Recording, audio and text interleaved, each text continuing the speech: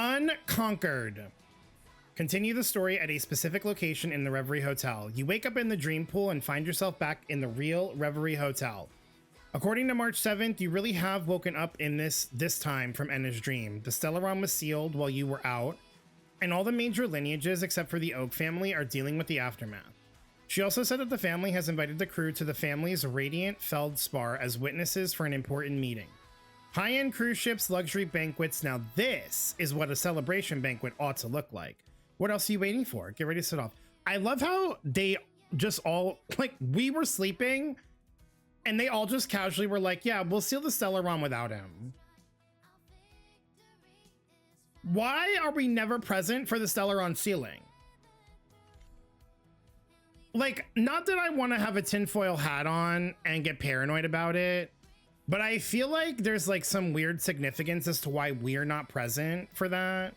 And I don't know if it's because it has to do with like the Stellaron in our body. For whatever reason. But you know what? I'm going to put that in the back of my head and we'll save that discussion for another day. We'll save it for another day. Maybe Walt just puts the Stellar receipt in his receipt. Okay. He's trying to be Dane so bad. Wake up! Wake up! No, I don't want to. March, you can't make me. Hey! Wake up! The sun's frying your butt. I'm inside, girl. What do you mean? Are you okay? Huh? Can you hear me? I didn't hear a peep from your room, and it really freaked me out. Whoa, this conversation is such deja vu. What are you talking about? Are you still half asleep or something? The Order's dream is over. I'm paranoid. I don't know what's real and what's not. Even though it's been a day, I still break into a sweat when I think about it.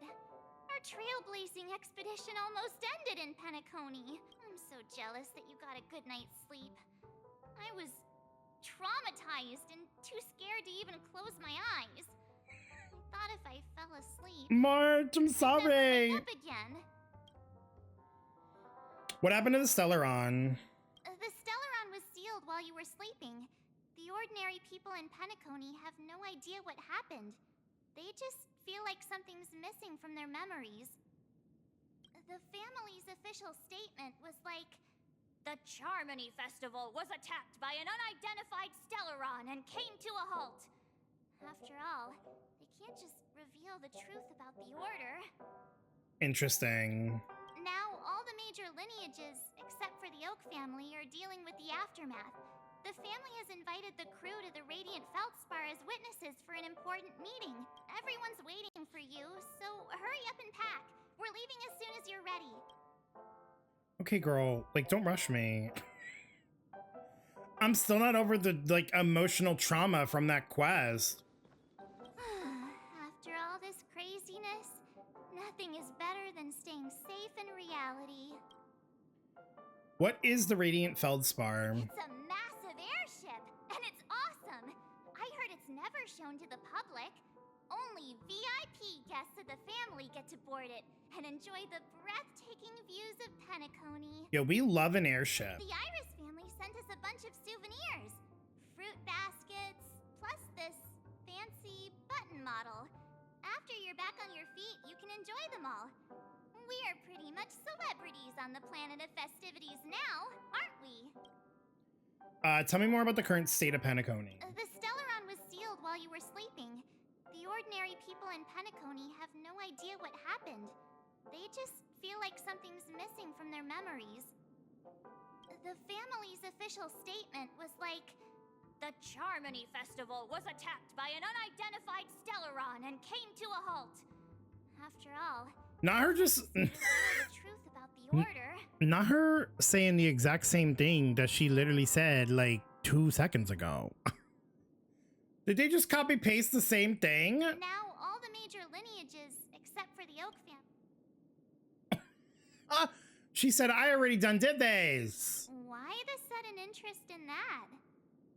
Well, I was dragged into this sweet dream. I felt a cold tentacle diving into my memories. But something else was there. So the tentacle suddenly disappeared. Girl, not the tentacle. And then I dreamed about stuffing my face with delicious food and going on a shopping spree. Sunday didn't seriously believe that was the life I wanted, right? Breaking free from that cheesy illusion was just a piece of cake. I think it's interesting that March had such an easy time breaking from the illusion. Like, I'm not surprised, but also it's just like really interesting, you know? Let's go meet up with the others. Yeah, let's go. We've got some time before we board the ship, so let's catch up with everyone at Jolt Hostelry.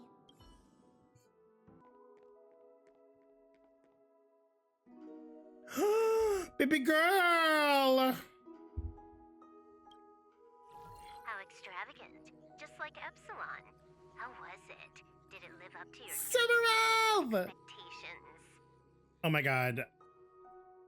I didn't know that I needed to like visually see these two interacting, but that just made me so happy.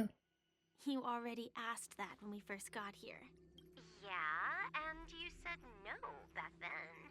But after all this madness, I'd say you've grown fond of it. Just a heads up, you're still on the Bloodhound family's wanted list, so keep a low profile. And this time, it's Firefly in the picture, not Sam. That's gotta be a whole new experience for you, right? Indeed. In Kafka's words, that's also a missing part of my life. Still, it'd be quite inconvenient if I can't move freely. Could you help me out, Silverwolf? I knew you'd say that. Don't worry. I've hacked all the systems and left no... She loves this shit. She absolutely loves... She's like, oh, you need me to just go like tinker away with their like security systems? I already did that like 2 hours ago, babe. You're fine. Don't do anything that may draw attention, and don't talk with guards. They might recognize you. Keep these 2 points in mind, and you can go wherever you want, unbothered. Thank you. No problem, Miss Samuel. I love this fake name. Miss Samuel! Wait, I'm obsessed. Now that we're done here in Penacony, what will you do in your free time? I hear the Genius Society is here. How about we go stir up some excitement? I love that she treats every single thing as a game. She's just so unserious about, like, the world could be on the verge of exploding, and she's just like, I heard Scroolum's here. Let's go fuck with him because I'm bored and he provides entertainment. Like, I need a round two. I need a round two of the two of them so bad. Well, you know my script isn't over yet. I didn't bring you back to hear an answer like that. Don't worry. The script says that I'll experience 3 deaths, but also receive an unforgettable reward on the planet of festivities. Okay. How will I know if I don't try? All possibilities exist until the outcome actually happens, right? You may not realize it, but you have a bad habit. Whenever you seem to be asking a question, you've already made up your mind, and no words will dissuade you. Oh, wait, the call out is so real because I kind of do that sometimes too. I'll like ask somebody a question about something and in my head I already know what I'm gonna do, and no matter what anyone says, there's a high chance that I'm probably not gonna take their advice.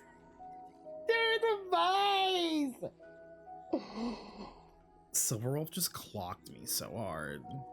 Anyway, Kafka asked me to pass on this message. If you see anything fabulous in Penacony, get one for me too. Just swipe my card, you know the pin. Kafka said, I couldn't be there, but like, can you get me something extravagant? She didn't specify anything, but I guess she means a dress, coat, sunglasses, or something else. You know better about fashion than I Well, she loves coats, so it's probably a coat. Sure, I'll keep an eye out. There's tons of options at OT Mall. Do you think she'll like trinkets, like hair accessories or brooches? Those sound more like something for young girls. Maybe you should keep them for yourself. Oh, by the way, Blade didn't explicitly say it, but I think he was trying to say something like, temptation will show up again in Penacony. He's always so subtle with his words. Got it. I love He's them. just worried about me. Relax, Silverwolf. You know me. I need them all. I need them all to like be together and like interact together, because like this is actually like my favorite thing like ever. We just need like Elio in the picture, and then like I'm truly at peace. I won't do anything crazy. I just want to wander around and see more of the world for myself. I want to buy some oatcake rolls. I've had a cake roll every day since I arrived in Penacony, from the first day to the last. But today, I'll buy 2 and give you 1. And if you don't like them, I'll enjoy double the pleasure. Or I can bring one to Kafka, as she never refuses. Or maybe I'll give it to Blade. He'll appreciate it. That's not written in the script, right? But as you see, I have added new footnotes to my destiny. She really loves doing everything she can to loophole around the script. What? No, we're gonna get Topaz POV. Oh, bitch.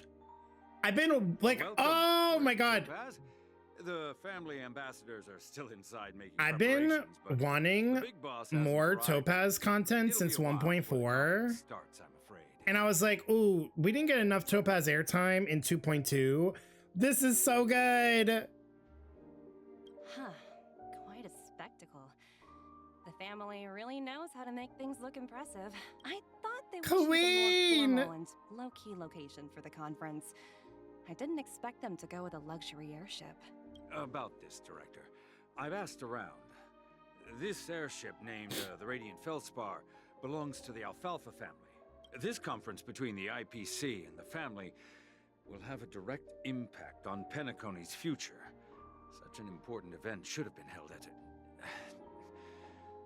well, somewhere secretive in the moment of morning dew. The atmosphere here, it doesn't feel serious enough. Yeah, well, I don't think the morning dew is really an option right now, considering what happened. If I'm right, this conference is probably just a prelude. Whoever organized it wants to assess the IPC stance beforehand. This influential figure either has their own ambitions and wants to reach a preliminary agreement, or they plan to put pressure on us to make us back off. Ah, your mind is always so sharp, Director Topaz. And when the big boss arrives, please remind her to be cautious and watch out for any traps. Thank you for the reminder, but I don't think that will be necessary. When she's at the table, it's the others who need to be cautious. Just tell everyone on our team to stay focused on their tasks and not worry about the negotiations. Oh, Oh my God, we're gonna get to meet Jade I'll do it right soon. away. Oh, and one more thing. Don't call Miss Jade Big Boss in front of her, or there will be serious consequences. I mean, really serious. got it. Thank you for the reminder, Director. Queen.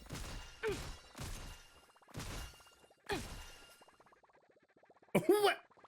I tripped and fell right here. Just completely face planted.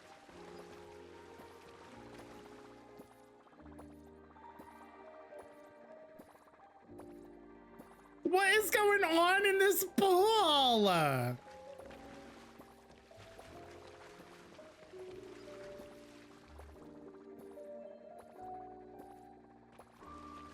You know what? I don't know exactly what that is. So I'm just gonna leave them alone. Twits and fell. Numby. Oh, Numby goes in the pool! Girl, did you drown? Girl, swim up to the surface. Please! You know what? She's having a good time. I'm gonna leave her. So this is the legendary Radiant Felspar.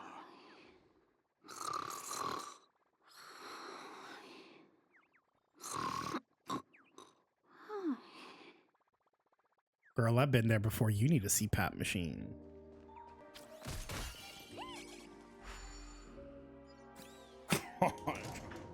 None of the important figures have arrived yet. Huh. Looks like the conference won't be starting for a while. Such a bustling place. I think I'll take a little walk around. Come on, walk around.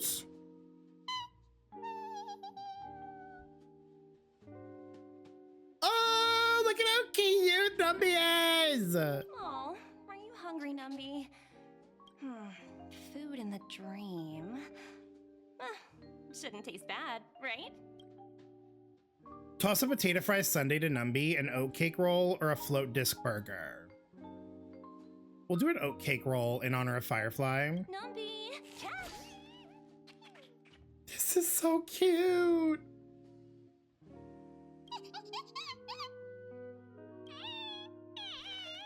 Oh no. Oh no, I picked the wrong one. I wasn't looking at chat when I selected. Oops, not to your liking, huh? Sorry. I'll treat you. I'm to the next meal sorry. once you get back to reality. I literally clicked it and then I looked over and I just saw burger in all caps and I was like, wow. Not the oatcake roll. Picked oatcake roll. I'm so sorry, Numby. So many buttons. How many centuries would it take to press them all? Sparkle. You gotta stop this right now. Didn't expect those pooches to actually recycle them all. Huh? What are these?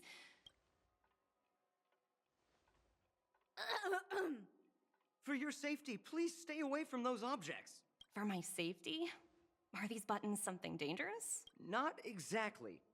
Lately, there's been a prankster in the Sweet Dream who's been handing out strange button devices to anyone he meets. According to those involved, he said something like, "Just press this button and all of Penacony will explode." Help. Luckily, no one believed him. Still, the Bloodhound family collected these buttons just to be on the safe side. Haven't the hounds caught the culprit yet? Hasn't anyone tried pressing it? What will happen if you press it? Hasn't anyone actually tried? No, because like, let's be perfectly honest. She's been giving out these buttons since 2.0 and no one's actually attempted to press them. What if it's all just like a big bluff? Well, perhaps you don't know much about Penacony? All the guests here have one thing in common. They're terrified of death. Anyway, the family will deal with these things. Please, kindly keep your distance. Ain't no way. For your safety, please stay. Ain't no way Sparkle's pretending to be this dude. That's like, not that it's like uncommon, but the way she was like, stay away from these buttons, they're gonna explode, as if she wasn't the one who gave them all out. And meanwhile, Numby's zooming up the damn stairs. Girl, I gotta talk to the family attendant. Greetings, madame. What can I do for you? Hello. Could you tell me more about the Radiant Felspar? I assume you are the ambassador of the IPC Strategic Investment Department. It's my honor to assist you. Bro, these are like Titanic ass stairs. The Radiant Felspar is owned by Mr. Odie Alfalfa, head of the Alfalfa family. Mr. Alfalfa invested a significant amount in building this luxurious airship an Ember era ago, and it has been sailing across the 12 hours of the dreamscape ever since. Oh, so it's owned by old OT himself. No wonder the ship is so lavishly decorated. Indeed. Mr. Alfalfa has impeccable taste. I love that his name is Only Mr. the most Alfalfa. prestigious guests are invited by the Alfalfa family to board this airship. Please allow me to continue my introduction. The radiant Felspar had been cruising over the Sea of Dreams in Penacony for an entire Ember era. But its voyage was temporarily halted due to the recent reverberation. Reverberation? Such a formal way of putting it. You're really downplaying the whole thing.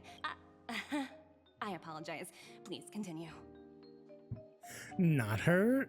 Not her calling her out. The attendant's like, I'm just trying to like read my speech so you can go. So I'd really appreciate it if you didn't make these these crass ass comments while I'm trying to speak. I'm just trying to do my damn job. Following the previous reverberation in the Sweet Dream, the radiant Felspar had to suspend its voyage temporarily. Thankfully, the factors that disrupted the dreamscape have been resolved.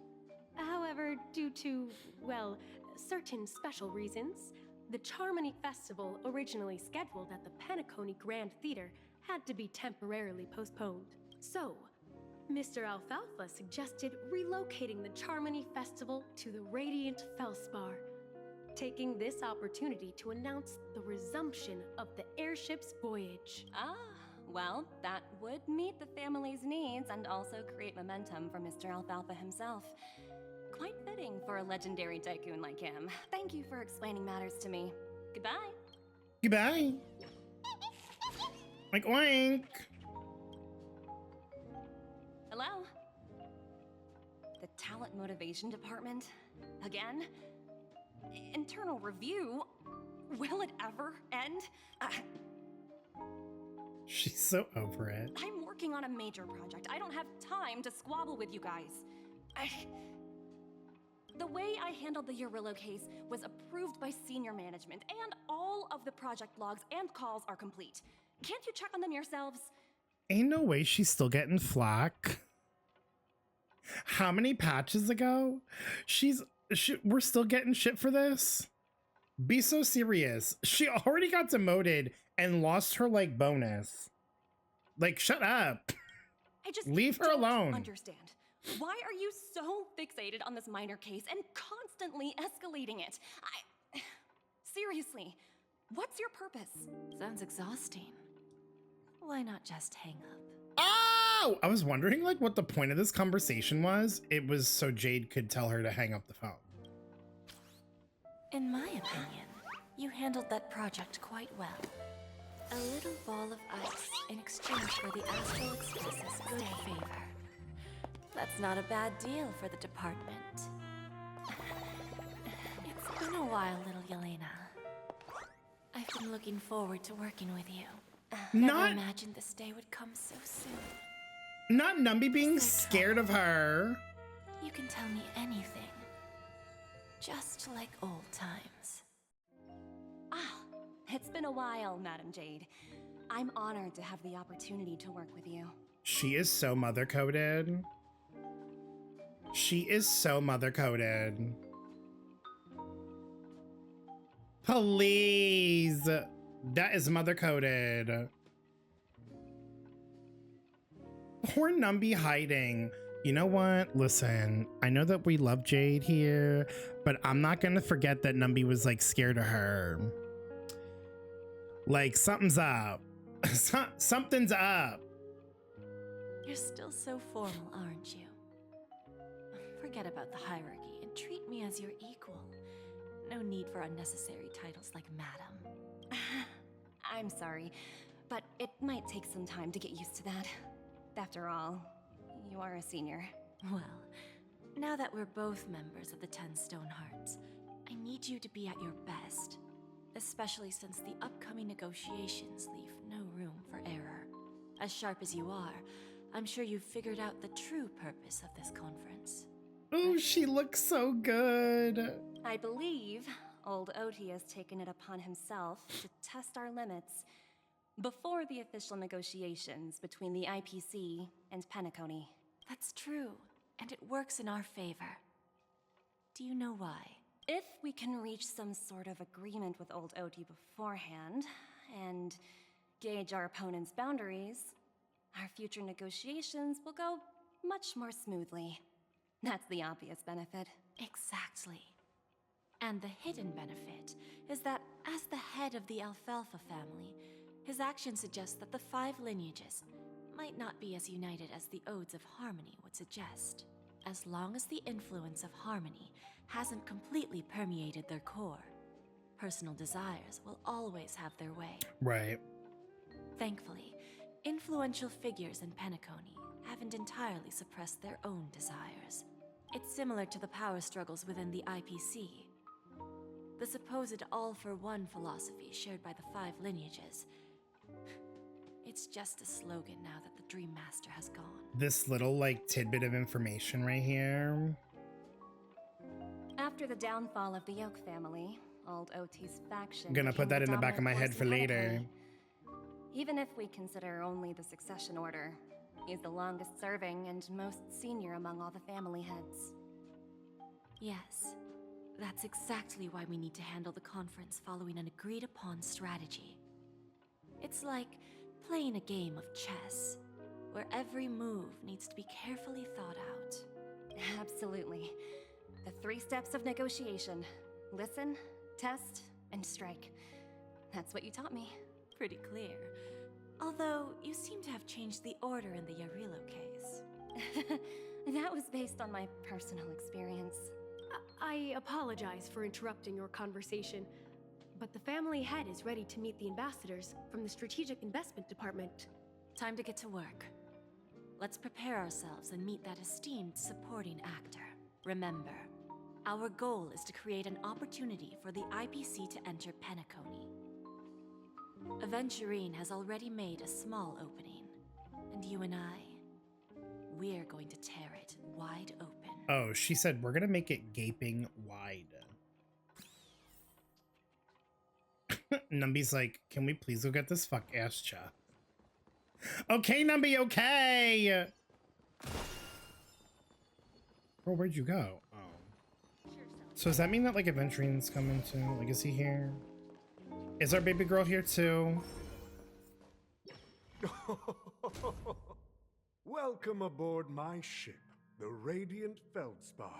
Smart and charming ladies. His in-game model looks so funny. Please, have a seat. Let's have a pleasant conversation. I'm kind of obsessed. Like, this braided beard here, I can't.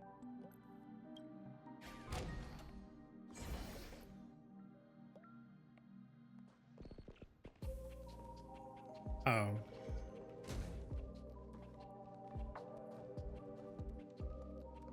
He reminds me of somebody, but I can't figure out who. Welcome aboard, my dear ladies. Forgive me for any lack of attentiveness that might have led to a lengthy wait outside. No problem at all, Mr. Alfalfa. It's my honor to meet you in person.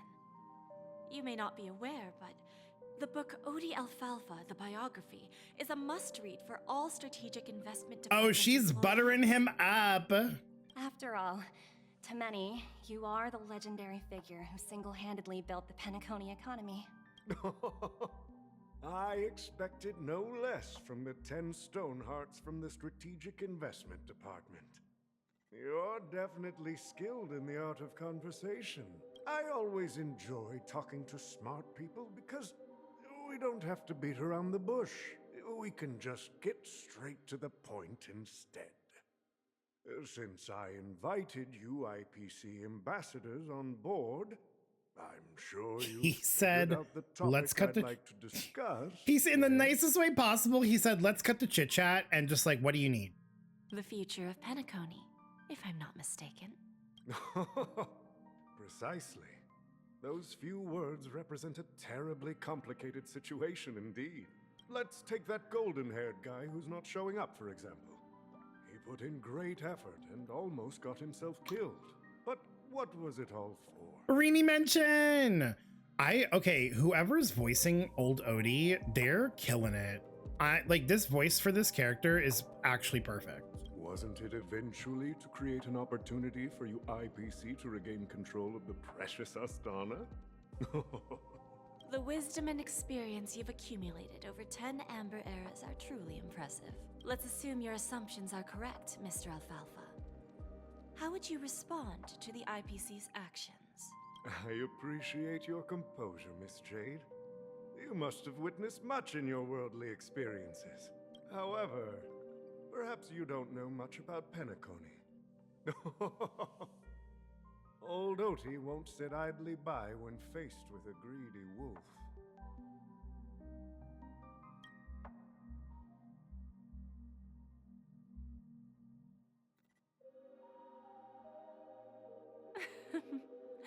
Please, go ahead. I'm all ears. That was so tense. She's just so calm. I'm so nervous. Then I'll be straightforward.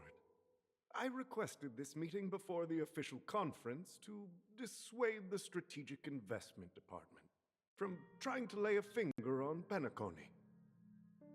If you back off now, you can make a smooth exit and prevent the IPC from losing face during more important negotiations. He did not just say that. One of our P45 executives was attacked and nearly killed in the dreamscape. The IPC can't simply ignore this incident. Moreover, considering the turbulence during the Charmony Festival, Penacony's credibility has taken a hit in the public's eyes. I know this is a very, like, intense conversation right now, but, like, he is so cunty for this leg cross. I can't stop staring at it. This is me when I'm sitting on a luxurious couch. Ass fat, leg barely crossed over because fat thighs and short legs. This is me. This is how I sit on a rich couch. And even his hands, he's like this is like the best character ever. I love how this is like the most like the tension in this conversation like is so at like an all-time high, and I'm just over here like, eat it up. Despite your determined attitude, the issues plaguing Penacony are real, are they not? You use the term real, Miss Topaz, but let's not forget that this is the realm of dreams. If you want to succeed here, you need ambition and unconventional thinking. Curious about how I plan to respond to the IPC? Well, I don't mind sharing. My actions will help Penacony take a significant step forward by self-listing and going public. Going public? If I'm not mistaken, you want to bypass the IPC What? and go public on a universal scale. Precisely. Instead of watching the IPC gnaw away at Penacony, I'd prefer to open the doors of the sweet dream to the entire universe. Starting today, anyone in the cosmos can become a shareholder of the land of the dream. Oh my god. This is the path of harmony I'll choose. Yo, get me some shares. I'm trying to get some stock in Penacony, babes. This reform should have been implemented earlier, but unfortunately, the Oak family were a bunch of blockheads blinded by order. Their level of intellectual flexibility doesn't even come close to an old fellow like me. Thanks to the little reverberation earlier, the biggest obstacle between me and my reforms has been eliminated. Oh, this laugh?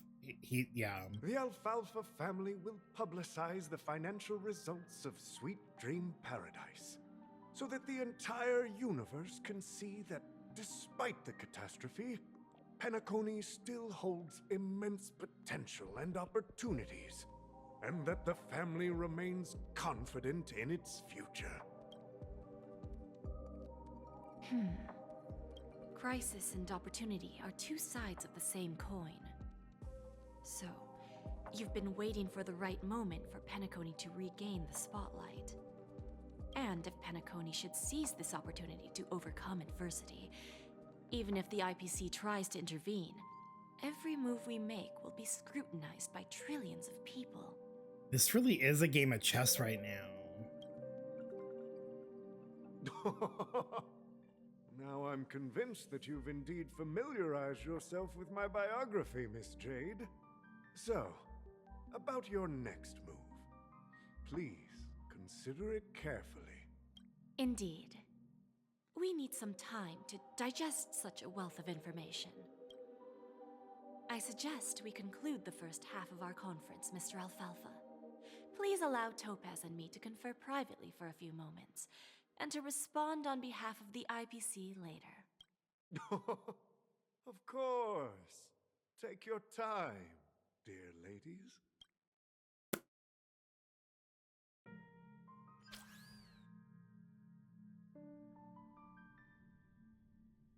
They're back and forth? Oh my god. The Alfalfa family had a meeting with the IPC. Oh my god, it's Don Hung and Dad. I got this information from a message sent by that IPC ambassador. He said it was to return the favor. It's not hard to imagine. Penacony today is pretty much like the frontier prison it once was, with external forces casting greedy eyes and the undercurrent of order lurking within. Instead of falling into a situation where they are plagued by both external and internal threats, Penacony would rather take a step back and invite the IPC to negotiate at the table, ostensibly to cooperate, but in reality, to secure more opportunities for their own survival. Well, no wonder they sought the mediation from the Astral Express. In your opinion, who should we stand behind? I don't think the followers of the Harmony are completely innocent victims in all of this. For reasons unknown, they have a strong desire to smooth things over, which leads to speculation about their motives.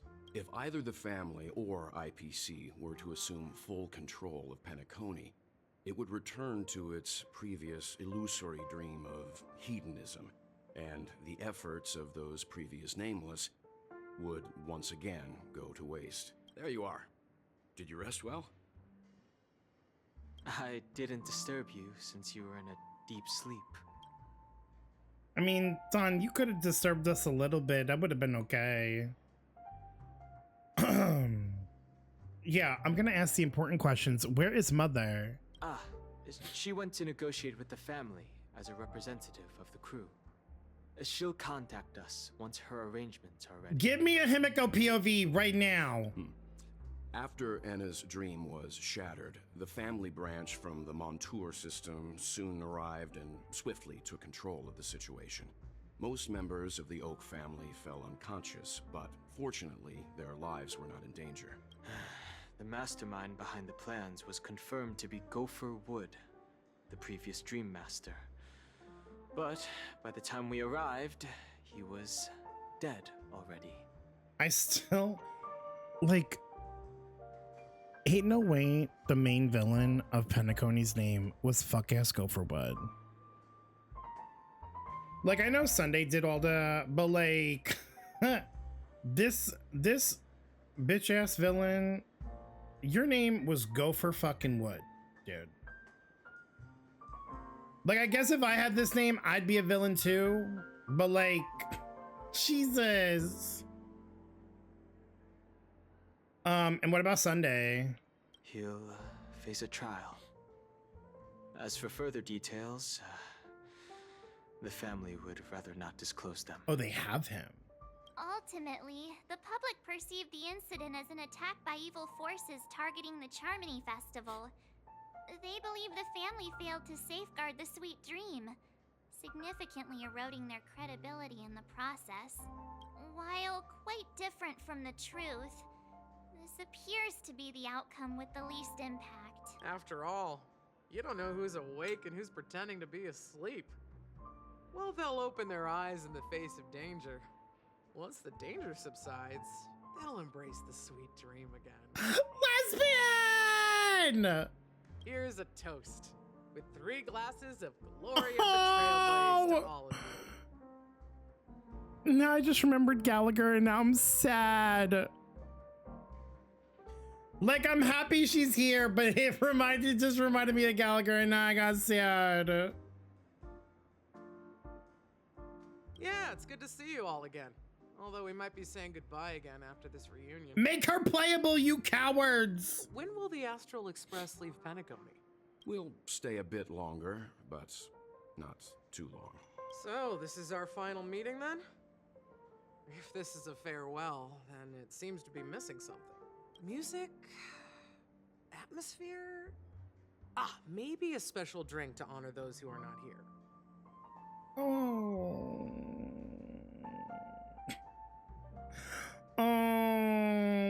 Let's see. Mixed drink should be solemn, dignified, and unique. As we'll use it to pay respect to those fallen heroes. To the nameless, resting in peace. And to Gallagher. Yeah. Yeah. I gotta screenshot this. I'm emotional. I gotta screenshot this. I'm emotional.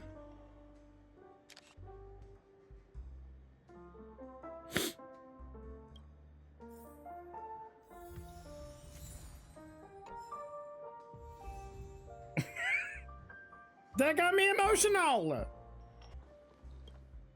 It's rare for all passengers to leave the Express together during a trailblazing expedition.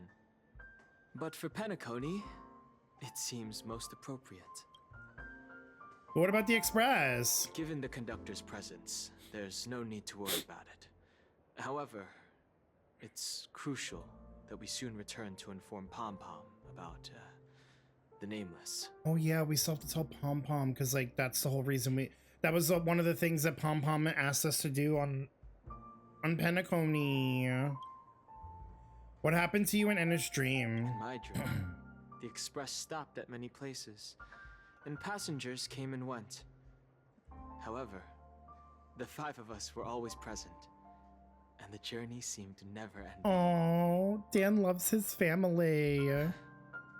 Perhaps this could be a deep-seated desire inside me. And upon realizing this, I knew it wasn't real. In a way, I feel like it kind of also like subconsciously is like a deep-seated desire of like Imbiber de Lune, right? Because he was probably like harking on his like memories of Don Feng and like being with the High Cloud Quintet because they were like family before everything went to shit. It's just like this version of Dong Hung, like weird, like the Astral Express crew is his High Cloud Quintet. That's so precious. Is the Order incident in Penacony a unique case? No related records exist in the databank, but I have a theory. The hidden dangers of the Order have always been within the Harmony, and this issue existed within the family from the very beginning. However, now that more powers in the universe are aware of this secret, the situation in the cosmos will become more complicated. Like I said, we'll go and see. Once we've packed everything, we should head to our next destination. This trailblazing expedition has been thrilling and memorable. Hopefully we've all gained insights about ideals, paranoia, clarity, and dreams from the experiences we've had. What will happen to Robin and Sunday? One bird longs for the earth and the other longs for the sky. Even if Robin had to stop her brother with her own hands, she won't give up on him. Literally, me having an absolute meltdown at that ending cutscene. However, facing punishment from the Harmony is inevitable. He will face a trial. As for further details, the family would rather not disclose them. When did the Order infiltrate Penacony? Since the family took up residence in Penacony, the Order has been hiding in plain sight under the guise of the Oak family, using the Stellaron's power to strengthen their hold on the Sweet Dream, which eventually resulted in disaster. That's the claim the family makes. Whether they were truly unaware of all this is a delicate matter.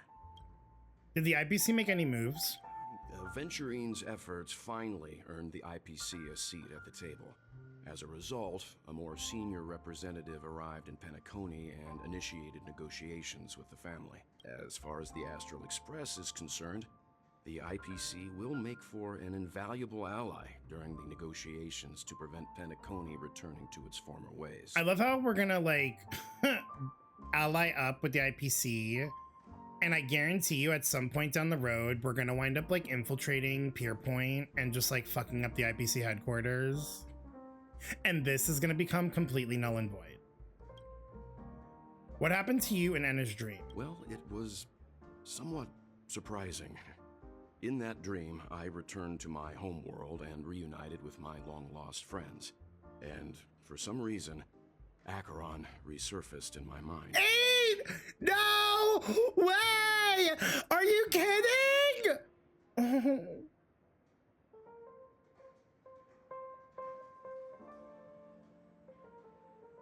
Yeah, you know why Acheron resurfaced in your mind. Raiden fucking May? Kiana fucking Kaslana? Please. Oh.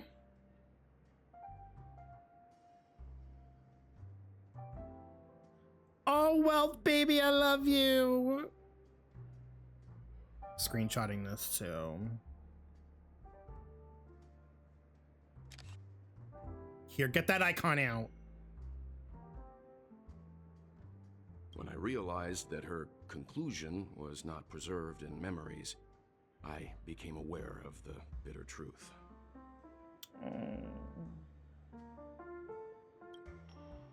The conclusion of a journey can often be sorrowful. All we can do is to try to make sure it ends on a happy note. That was crazy. Like, I figured his dream probably was something similar. But like, you know.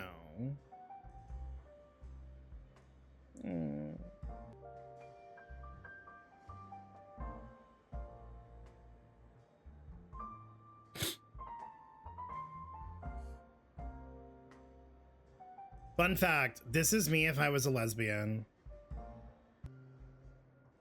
I love, honestly, she really deserves to be a playable character in this game. Ready to mix your drink? What happened to Gallagher? I'm not sure. I haven't seen him since our last meeting at the lounge. Come to think of it, he always did come and go quietly. We used to discuss everything here. But every time he'd leave, I'd realize that I didn't know him at all. Such is the mystery that is Gallagher. I have a hunch. Perhaps he's already fulfilled his wishes and won't be coming back. Gallagher, I miss you. Before we start, would you like to talk to your friends? We have plenty of time. Oh, wait. I forgot to talk to March. Oops. I forgot March is over here. Let me go talk to her really quick. Guess what? Something weird just happened when I was on my way over here. Someone gave me a strange gift. So I unwrapped it and found out it was a button with a message on the back. Just press this button and all of Penacony Sparkle, show yourself. How did you get over here already? Sparkle! Did you press it? Of course not. Who would press something like that? Look at her face! Look at March's face. I love when she makes these fucking side-eye faces at us. I'm sorry, but she always looks so funny. By the time I turned around, the person had already vanished. So I handed it over to a nearby hound. I heard there were many similar reports before the Charmony Festival started. I'm really worried about the future of Penacony. Oh.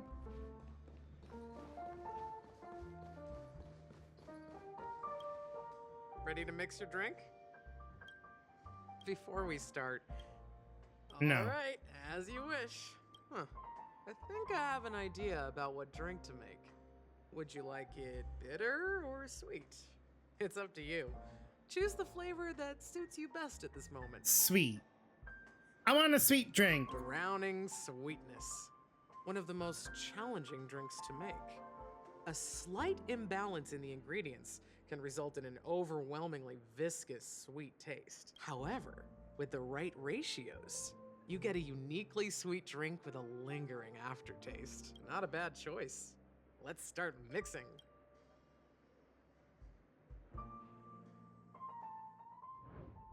I missed this. I like low-key missed this. Less ice. Dream Jam 2. Sweet milk cream. I love me a sweet milk cream.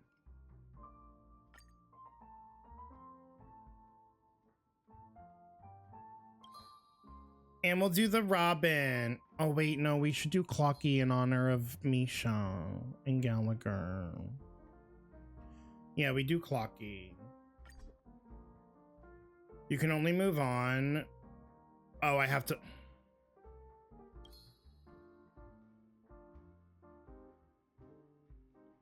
My eyes purposely did not want to do that. My eyes said, let me pick my own garnish. And the game said, no, you pick the right garnish or you're not progressing with this damn quest. I mean, I guess the origami birds are cute, but I think the Clocky pin would have looked better on this drink. They effed up the instructions, in my opinion. It kind of looks like a creamsicle. Words always fall short. If you want to bring closure to past events at this lounge, there's no better way than mixing a drink. Blend all your memories and emotions together and stir them well. Through the filter of time, what remains in the glass is something to savor. Well, it's done. Here's to the nameless resting in peace, and to my friend Gallagher.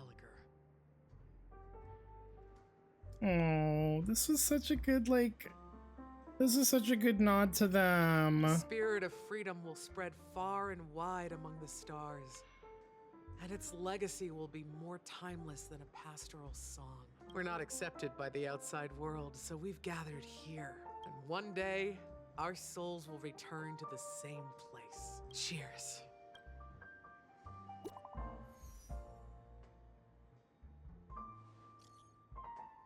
Guys, let's make our way to the Radiant Feldspar. I'll wrap things up soon. Let's meet at the aft pool in the stern. Roger, catch you later. What have you been up to lately, Miss Himiko? Hey, I was about to ask the same thing. The emote! Girl, what is she doing in that emote? Wait, what is she doing in this emote?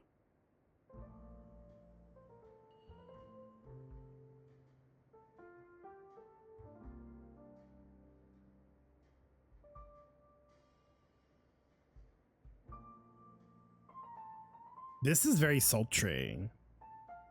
She's getting ready to impress Jade. It's a secret for now. Be patient. You'll find out at the opening ceremony. Girl. Not her keeping a surprise from us.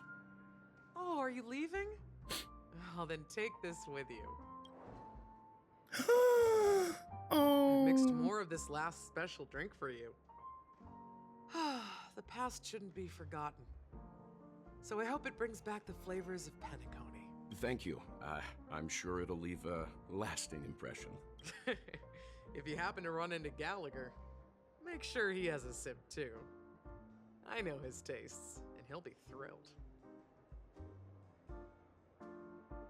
We will. All right, enough with the heavy stuff. You guys have important things to take care of. So let's not dwell on things. Whether it's the Astral Express or Penacony, there's still a long journey ahead. So let's lift our spirits, guys. I can't. And embark towards our tomorrows. Why do they keep? I just like honestly.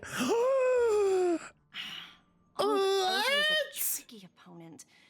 I didn't expect him to take the risky step of going public at such a critical moment for Penacony. Ain't no way we're getting a Jade POV right now. Shut up. A Jade POV? The way I was just about to be like, I need to get the fuck off this planet immediately because the emotions are too much. And then they said, no, we're gonna heal you with a Jade POV. Indeed. He's definitely bold. It's that kind of boldness that made him the Odie Alfalfa he is today. Still, the outcome is uncertain. Shouting loud doesn't necessarily carry any weight. What about the phone call I asked you to make, Topaz? Ah, they agreed. But it'll take some time before they arrive. Just as it should be. The sweet dew should be served after the bitter poison. Looks like we'll be skipping the exchanging apples step this time around. Now that we're dealing with a greedy merchant, a simple apple wouldn't make a difference. Well, I guess I included myself in that remark too. Now I'm a bit curious, Topaz. Do you think Penacony is a quality asset? Yes. Despite its recent calamity, Penacony remains a top quality asset within the cosmos, with good credit, lucrative potential, and promising prospects. Well, that's obvious. But what I truly wanted to know is, this project is obviously too bland for your taste, isn't it? That's true. I wouldn't be here if it weren't for Aventurine. Oh, true. Because he was like, oh, I need you for this project because she got demoted. But despite that, you trust him.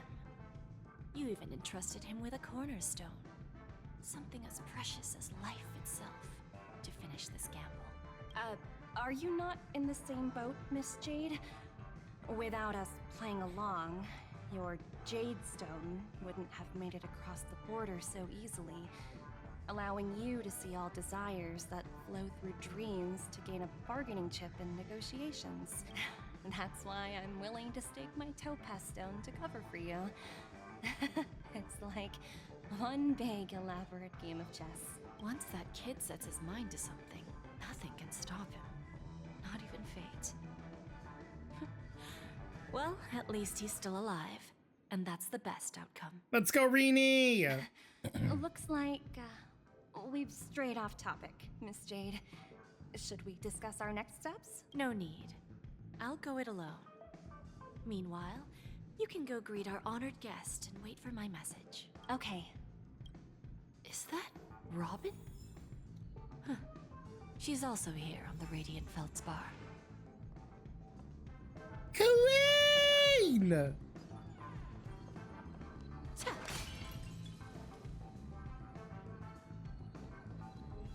Ain't no way. Ain't no. Oh. You can see the snake scales on the hit. Do you see that?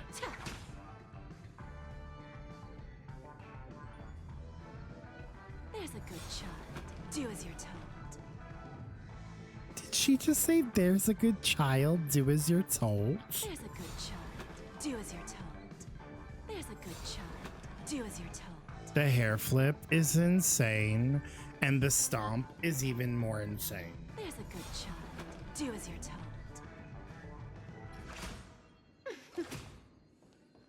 That's nuts.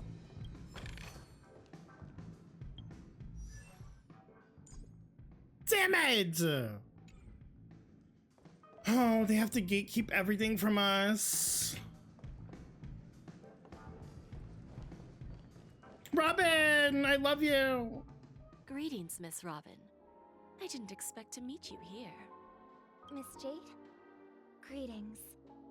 The opening ceremony for the Charmony Festival has been moved to the Radiant Felspar, so I'm here making some preparations. How about you? Have you spoken with Mr. Alfalfa? I'm actually on my way to meet him right now. Do you know him well, Miss Robin? Unfortunately, I've never met him. I've only heard a few comments from the former head of the Oak family. Mr. Alfalfa is respectable when it comes to business, but in other respects, I can't say the same. Where do you think the future of the planet of festivities is headed? I believe the sweet dream will see its rebirth. Just like the Radiant Felspar resumed its voyage, the Harmony needs a new direction. Only by bidding farewell to the past can we actually sail into the future. There are no permanent allies or everlasting enemies. So let's both take what we need from this deal. Naturally. I'm looking forward to your performance. See you at the festival. Robin is actually very, very wise. See you later, Miss Jade. I feel like a lot of people underestimate her, or like they did. Both like in-game and like actual like IRL. And she showed them.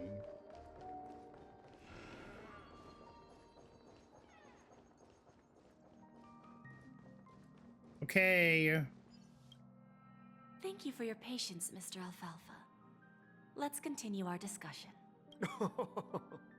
Figured out something already, Miss Jade? But where is Miss Topaz? Topaz has something else to take care of. You'll be seeing her later. Talks can still continue between the two of us. Is it just me, miss? Your tone sounds very different now. I need to set a good example for my junior. It's not a good habit to be too loose-lipped during negotiations, right?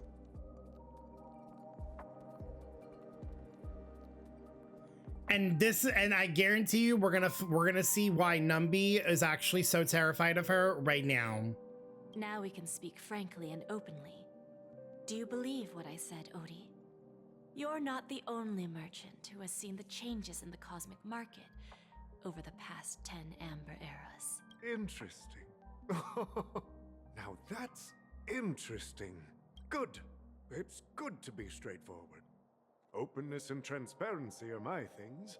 So, tell me, what's your next move? Unfortunately, I'd like to speak the harsh truth before laying out my plan. Let's cut to the chase. First, your plan won't work. Penacony has no way of sidestepping the IPC and going public. Second, you can't stop the IPC from entering Penacony. We've got all the time and connections in the world to find a way in. We'll keep tearing down and rebuilding this place until the Asdana system gets used to the IPC's ways again.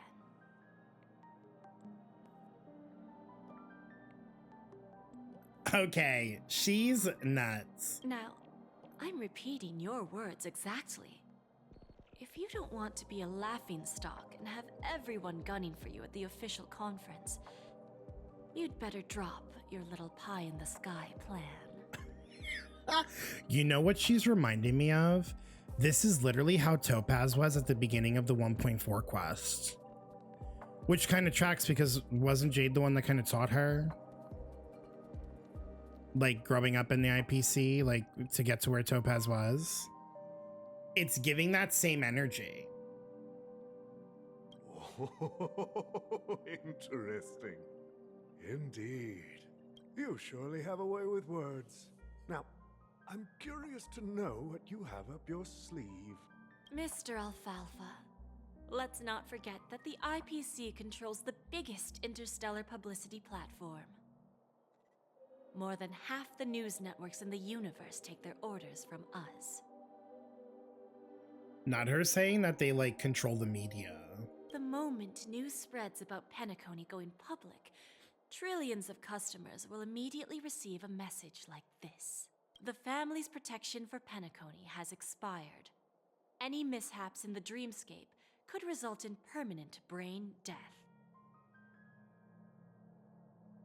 Care to guess how many ways we have to turn alfalfa credits into worthless junk within a measly 24 system hours? With the entire cosmos keeping a close eye on Penacony, I assure you, it won't be too hard. You really think you can pull that off? Even from Pier Point, as distant as it may be, I'm more than capable of keeping you on a tight leash.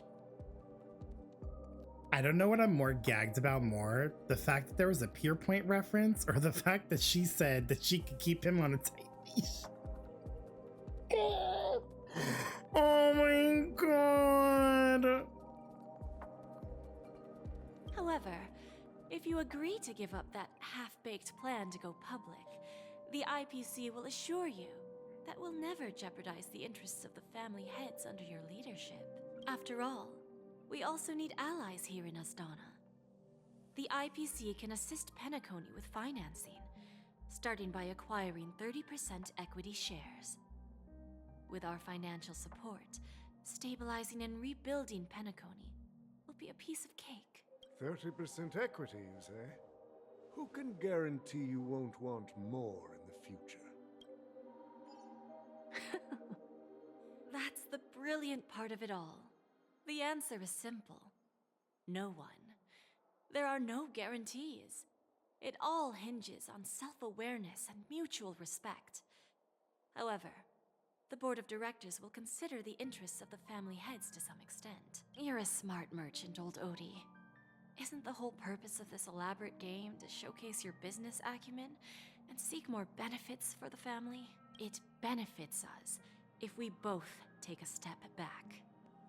And if that's not enough for you, I'm pretty sure that another goal of making Penacony go public is to expand the influence of the Planet of Festivities and attract more customers.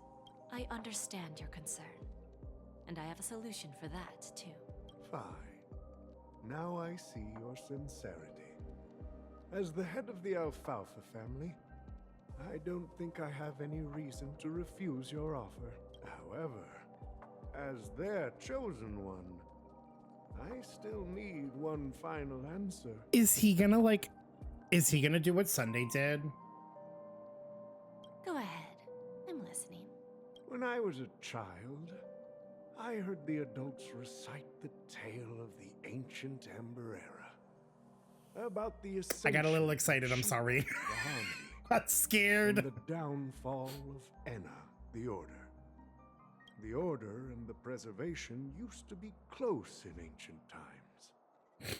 So, why does the IPC, as a follower of the Amber Lord, seek collaboration with the family instead of aligning with the Order? Oh. The answer is simpler than you think. It's all about credits. Everyone's favorite thing and the universally recognized currency among the stars. The IPC has the power to perpetually ensure their value. The way that could have went somewhere very interesting, and she just said, money. It's capitalism, baby. With each new world integrated into the credit system, the IPC adds another building block to its cause. Eventually, all exchanges, capital, and businesses will operate within a unified monetary system. By then, all planetary developments will be recorded in accounts with well-defined values and the ability for exchange and circulation. And the heart of everything will be Klepoth's credit.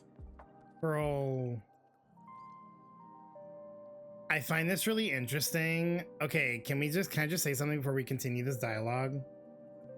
So like the Oak family was all about like, oh, order.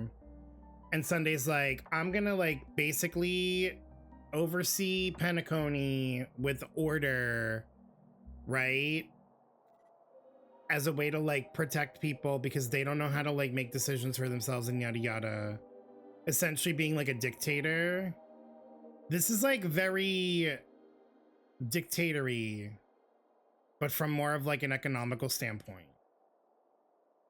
Like, oh, all the other credits, all the other like currencies, you won't need them because Clopot's currency is going to basically control everything, which in turn means that the IBC is just going to control everything. And then the IPC will be able to exert influence over everything. Also, I just gotta say something else really quick before we continue this. You know that Clopot themselves probably doesn't give a shit about this because they're still trying to build their damn wall. They're still out there in the cosmos clanking away at that wall, not giving a shit about everything that's going on with these like different worlds. He could care less. Our intention is to establish enduring preservation, so I'm sure you can understand. This universe doesn't need two types of order. Well said. Now you've convinced me. All right. Tell me your solution. Let's see if we're thinking the same thing. I still don't fully trust him. Then let's continue our conversation. Please, Topaz, invite Sweet Dew to join us at the table. Who is this? Is it Firefly? Oh, it's Himiko! Oh my god, Himiko is the Sweet Dew! Miss Himiko. Oh, Jade and Himiko?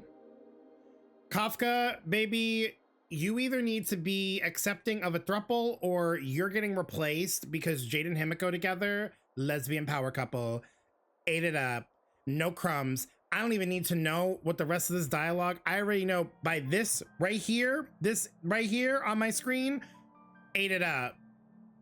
Please allow me to introduce her to you, Mr. Alfalfa. This is Miss Himiko from the Astral Express, one of the future shareholders of Penacony. Like literally, Himiko is one of the most diplomatic people and one of the most well-spoken people in this game up to this point. They couldn't have gotten a better person to be at this conversation.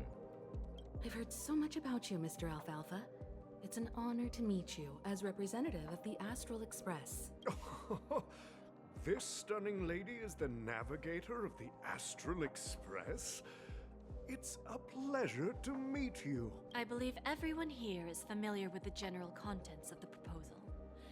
After this round of financing, the IPC is expected to hold 30% of Penacony's shares. Then, the IPC will transfer 5% of that stake to the Astral Express and recommend Miss Himiko as an independent director to honor the sacrifices and contributions made by the former Nameless to the land of the dreams. This is what Himiko in every universe deserves. This right here, this is the compensation for all those other Himikos that have sacrificed their lives. Star Rail said, we're honoring them. We're honoring them. While this decision isn't finalized yet, we are honored that everyone here recognizes the way of the Trailblaze. While the Nameless didn't embark on their journeys for fame or fortune, if this is the wish of both the family and the IPC, I will represent the Astral Express and fulfill my duty as a member of the board of directors. The entire crew has agreed to assist in the reconstruction of Penacony. Beyond that, in our future travels, we are committed to bringing the beautiful dreams of the planet of festivities to more worlds. Of course, all cooperation is based on one premise. The path of harmony in Penacony must not be distorted again, and such a tragedy must never recur. Yeah, Anna, take a seat. No more. You literally already tried to come back once. You're not allowed to come back again. You've already died twice. Take a hint, babes. I still can't get over this whip. This is nuts.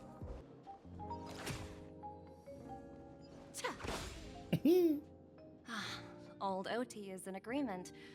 So the issue is settled, I presume. What about the remaining family heads?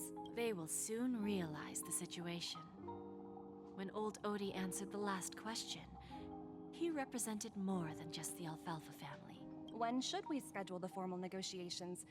I'll handle the arrangements. It's all up to you. I'll step back and let you handle the negotiations and takeover. I won't be involved. She's passing the torch. But Miss Jade, this is... Aventurine initiated this case, and you were his project partner. If that kid hadn't overplayed his hand, I wouldn't have been pushed to the forefront.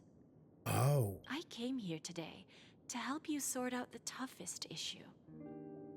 I trust you'll be able to wrap things up quite nicely, little Yelena. Oh, the way she says her name is so soft. Of course. There won't be any problems. And please, give Diamond my assurance. Don't worry. Diamond has always trusted us.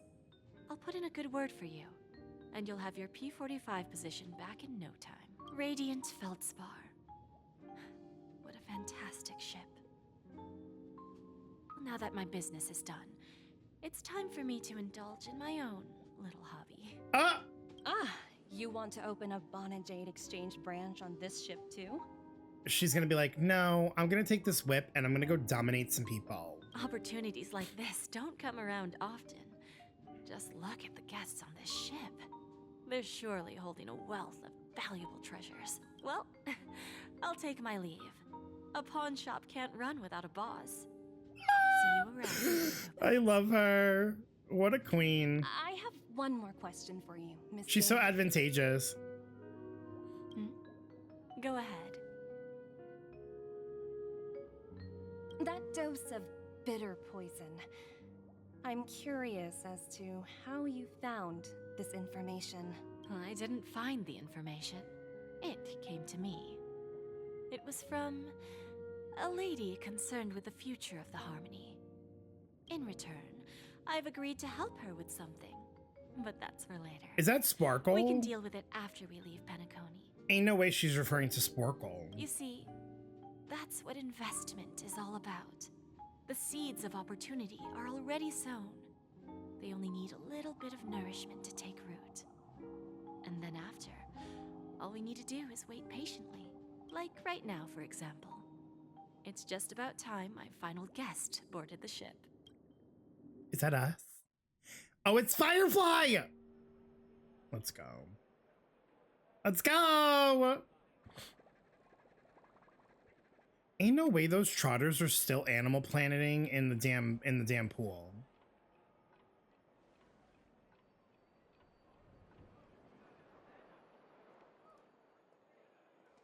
Sneaking in was way easier than I thought. The family's security is as lax as ever. So, this is the Radiant Feldspar. So luxurious. A pawn shop that grants wishes. Is there really a place like that on the ship? I'll find out for myself if the rumors are true or not.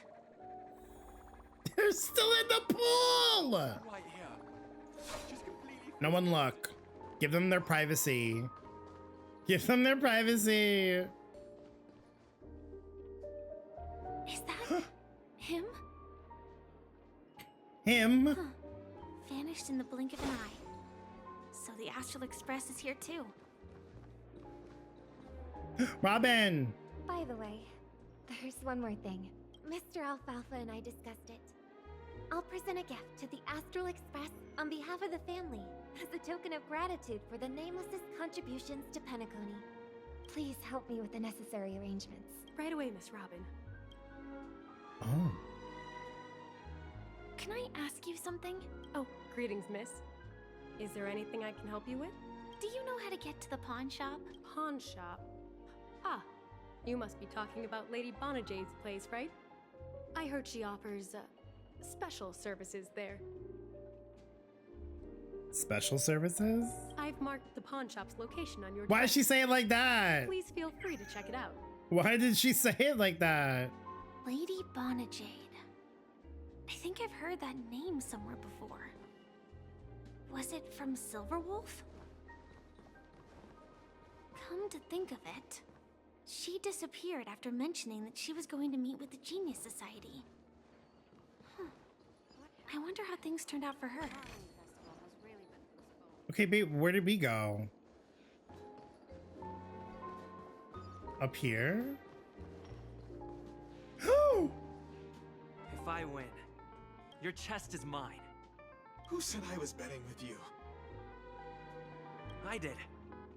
We're talking! They are still a ball of fire as ever. Sorry, but I've got to find Lady Bon Jade first.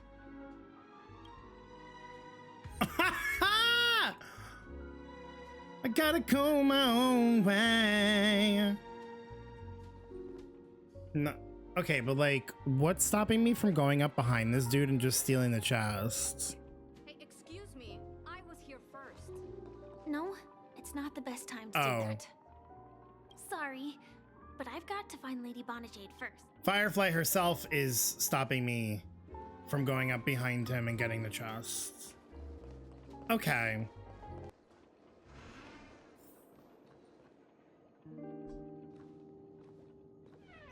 We slowly walk up behind her.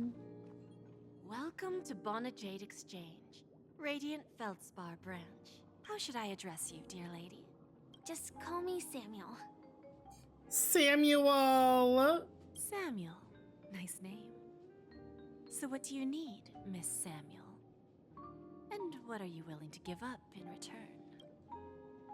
I want to keep on living.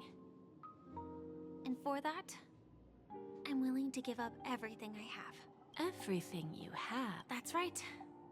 Everything. Miss Samuel, I think you'd best turn around. It seems you're not quite familiar with the term pawn. What do you mean? I mean it literally. I sense your burning desire to live, but unfortunately, you don't have anything of equal value to offer. Okay. A pawn shop that grants wishes. I see. It's just a marketing gimmick. Well, that's quite a harsh accusation. I understand you may not fully comprehend what I mean, but don't worry. I'll help you understand. Oh wait, maybe the thing that she like gets at the end, right? Because like, didn't the script say she was gonna get something like really rewarding? Maybe she'll be able to trade that in. Go and talk to these people. They're all customers of my pawn shop. See for yourself if their wishes have come true. Once you've done that, come back to me. I'll help you understand the true meaning of pawn and make you realize what you're missing. That Lady Bon Jade feels more like a money lender rather than the owner of a pawn shop. Not the money lender. Well, I've got nothing better to do anyway. I'll do as she says and see what happens. Come on, Stacy. You stupid little girl. Coming back to lose more money, huh? Enough talk. Let's get started. This will be our final game. I'm betting my entire fortune. Oh, a big talker, huh? All right, let's see what you've got.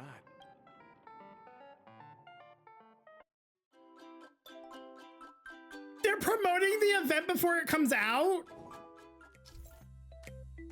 Oh, I love this. They're literally promoting it. They're teasing it before it like officially comes out for us. That's so cute. Origami Bird Clash is a match 3 battling game where you have to match and clear fruits within a certain number of moves and increase the Origami Bird's combat power. At the end of the turn, the system will calculate damage based on the combat power difference. If the opponent's HP is reduced to 0, you win. Oh, we get to do it. Clear fruits to increase combat power. Remaining moves. Oh, like we do it for her!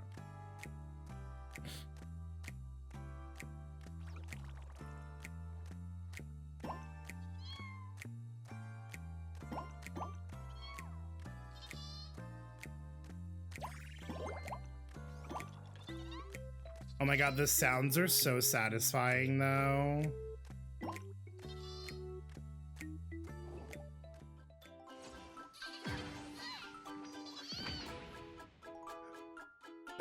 music is so cute and the animations are so good. I won? I actually won! Oh my god. I personally cannot wait. I cannot wait for this event. It's gonna be so much fun. This can't be! You lost to me 10 times in a row. How could I possibly lose to you at such a crucial moment? It's true! Lady Bon Jade has truly blessed me! Finally, my luck has turned for the better. Great new era for Stacy. The master gambler has arrived! Oh, you know she plays a shit ton of gacha games. I've prepared a gift for you, Dorothy. Check this out. Whoa! What a beautiful necklace! Is it made of cymophane? It's stunning. How did you know I love jewelry made of cymophane? It has the same purple hue as the necklace my dad gave my mom. Come on, Cymophane. I've never told anyone about it. How did you find out, Del? Well, will you go out with me? Wait, this is cute! If she says no, I'm gonna die. I will. Really? I mean, really? Remember, wouldn't it be funny if she was like, no, but I'll take the Cymophane, thanks. I never said yes before because I thought you had no idea what I liked. But this gift made me realize you were actually paying attention all along, trying to learn everything about me. So yes, I will. Aww. Wonderful. My wish has actually come true. Damn, maybe I should go to Jade. And then I too can find love and I won't be rejected. So, shall we go, Dorothy? Let's go outside and enjoy the stunning views of the 12 hours. Yeah, let's go. Aw, Dorothy and Del.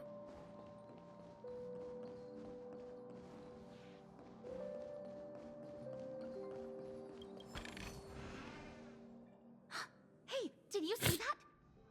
The gray-haired one outside.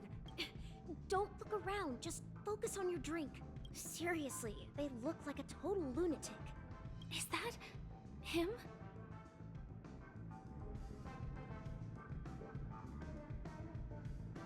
Why?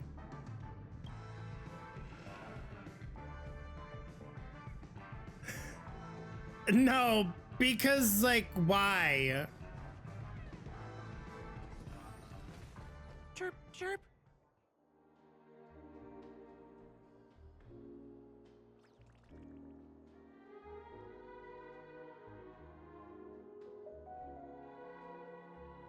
Origami bird. Hey, little birdie.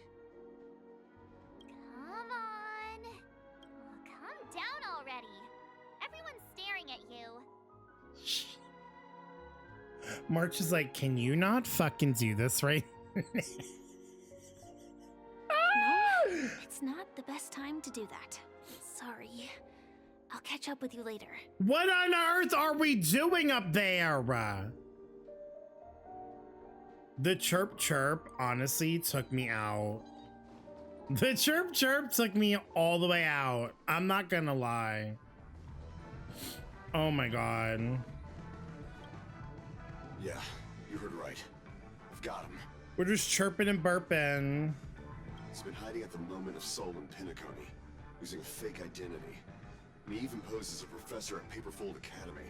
I've made a deal with the family. I'll leave the extradition-related paperwork to you. How'd I find him? Well, let's just say I had some help from an influential figure. Don't ask for the details. 22 years. Yeah. 22 years of chasing this guy all over the cosmos. You know, never thought it'd end up like this. Right here. I'm gonna hang up for now, partner. I need to raise a glass to myself. Walker hangs up the phone and a drop of fuel seeped out from his deep metal constructed eye sockets. Those are the tears of an Intellitron. All of their wishes actually did come true. But I just understand. Wait, How but like, did she do it? I thought And what Intellitrons does pawn didn't really have mean? emotion. I should go back and ask. So you're back, Miss Samuel. Yeah. I found those people. And it seems their wishes did come true after visiting the Bon Jade exchange. But I'm not sure what you want me to see. They all seem to be living fulfilled lives. Not so fast. This step was just to show you that the Bon Jade exchange is genuine. That I had the power to grant their wishes. And now, I'll tell you the price they paid. Del was from a wealthy family. He was head over heels for Dorothy, and wanted to win her heart. So he made a deal with me. He put up his entire fortune in exchange for a gift that would impress Dorothy. Jesus. It was a piece of cake for me, thanks to my IPC connections. However, Del will soon find himself evicted from the dreamscape because he can't afford his room. Whether he can bounce back from poverty, well, that depends on him. Oh my god! Let's just hope that necklace will keep their relationship from crumbling.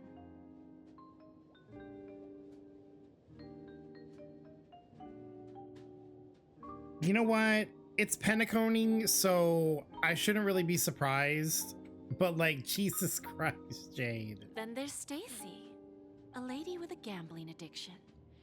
She wanted some serious luck, but she had nothing to offer. So I took something else instead. I took away all her close relationships.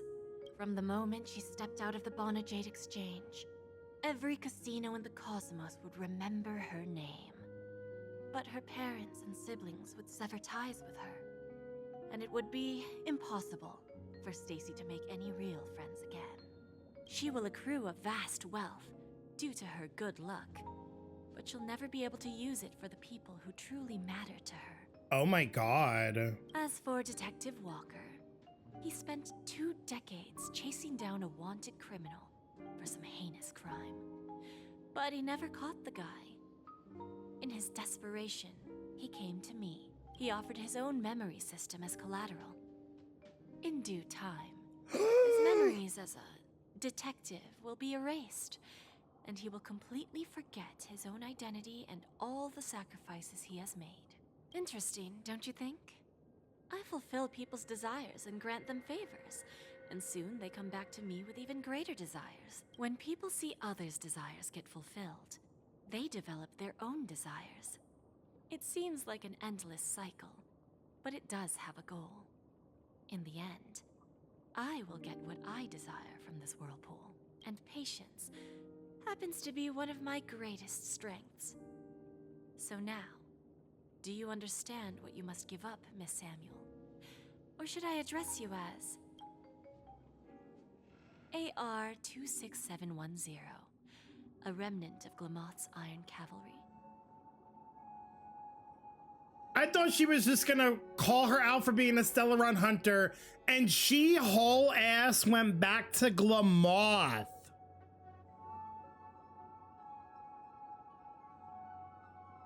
Oh, what the actual F, dude?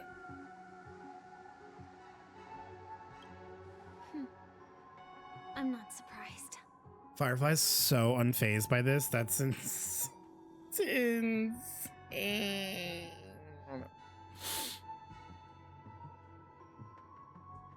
You are much calmer than I expected.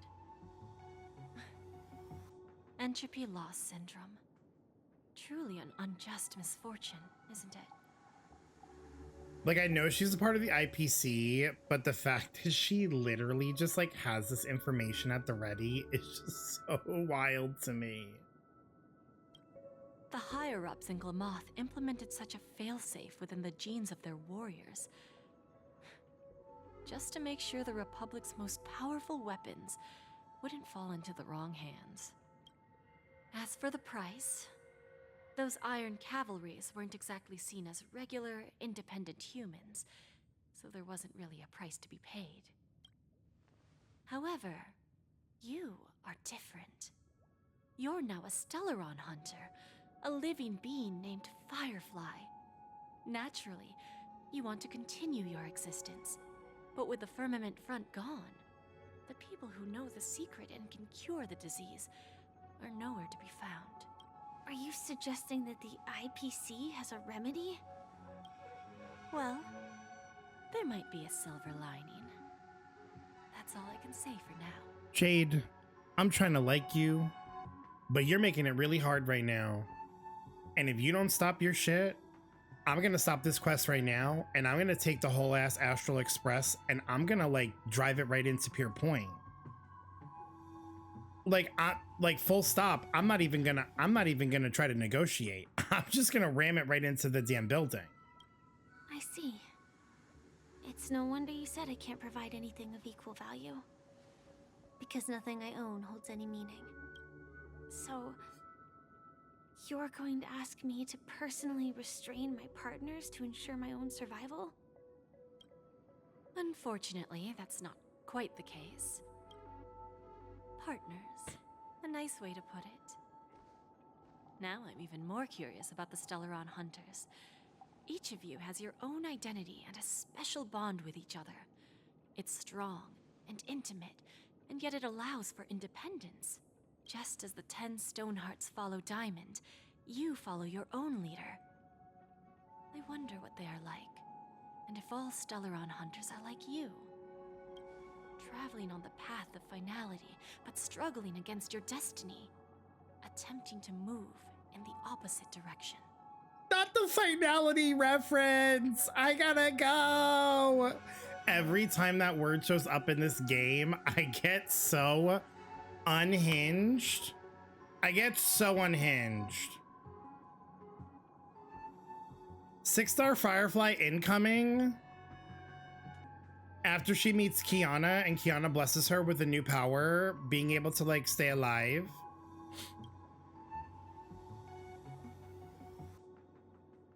I really hope that one day, all of you will come and visit my pawn shop. I'll be waiting patiently for that day. Can I see this as an invitation?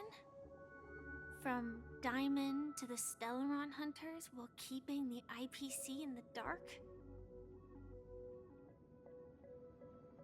Consider it more of a personal offer from myself. It doesn't represent the IPC or the Strategic Investment Department. Oh. The like. Oh, the duping is crazy. The Stellaron hunters have interacted with the IPC, but not the 10 Stonehearts. Our paths have never crossed. As for your offer, I can pass it along to my partners. But I have a question. You know who I am. And you must know that my partner is keeping an eye on this room. If she wanted to, she could let the entirety of Pure Point know about it within a few mere seconds. What drives you to take such a risk? And extend this invitation on behalf of Diamond? Even if it could lead to your downfall. Simply put, you and I are the same. However, unlike you Stellaron hunters or the Astral Express, we band together merely to obtain what we want. Who's this?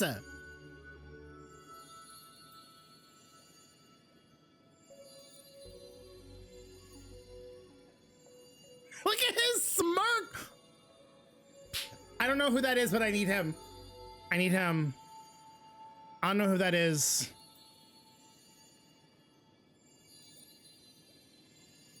Who's this? Why does this kind of look like Firefly a little bit? Like just a smidge. I need them all. Not Fischl. Wait, it kind of does look like Fischl a little bit. No, Ain't no way! I swear to God, if that's the official variant, I'm gonna be done.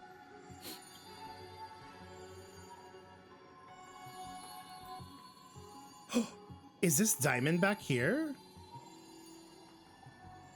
I didn't even clock this back here, and there's some hooded figure, and then there's someone else here. 1, 2, 3, 4, 5, 6, 7, 8, 9, 10. Oh, all 10 of them are here.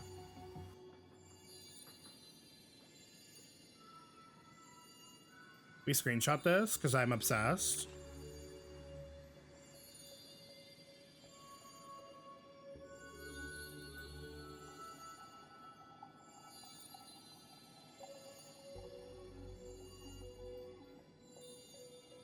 No, because like I gotta look up Fischl's design really quick because now I'm paranoid.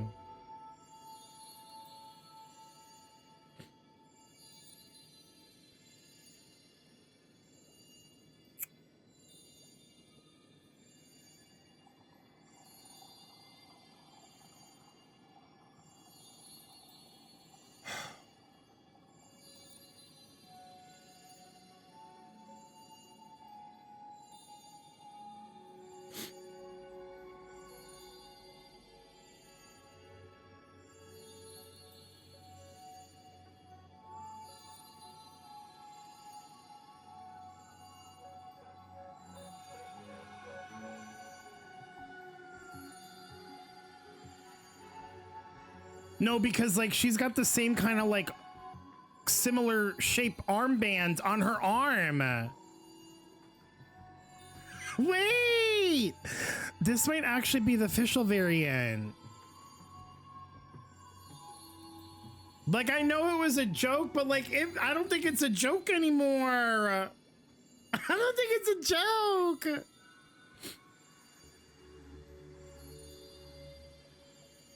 Okay.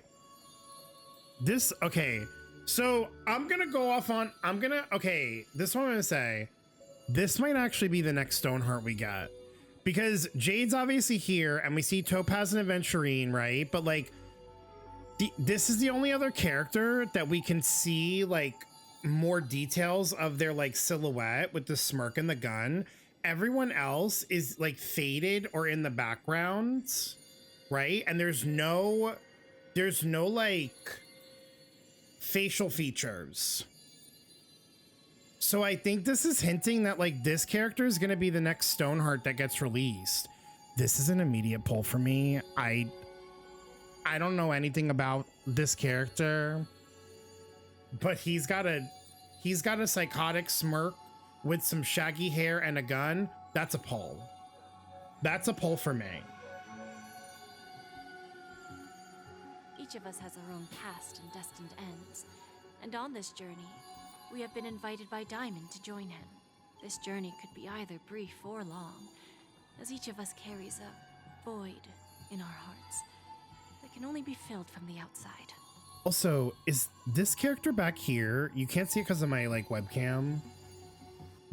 Is this like a woman with like short hair? Oh my god. Cause like if this is like a pixie cut, like a short-haired like woman, I might have to pull for her too. Cause like that's kind of OP.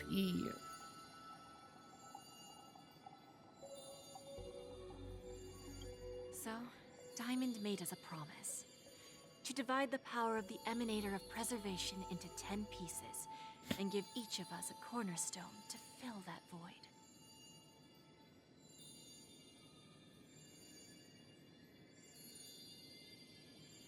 Oh, so that's how the cornerstones were made. Plot twisted Siobhan. Could you imagine? That would be... that'd be the biggest plot twist ever. Mortal flesh is fragile, yet my heart is unyielding like the monolith. For without this resolve, the way of preservation would fade into oblivion.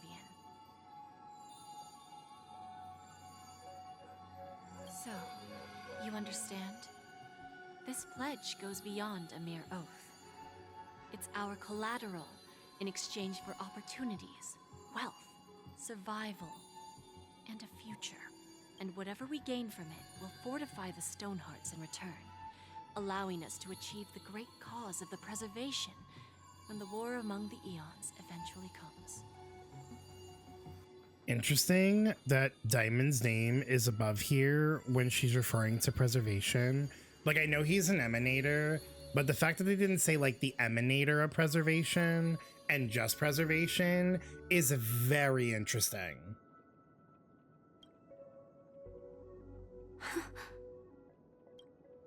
I understand. Take your time, child. You don't need to give me an immediate answer. Like I said, patience is one of my greatest strengths. I didn't know that I needed this interaction between her and Jade, but this just like piqued my interest to a degree that I didn't think my interest was going to be piqued in this story quest. If fate turns that page, our paths will cross again. It's a shame, though, that this pawn shop can't give me what I desire. My last attempt in Penacony. Well, it ends with hope.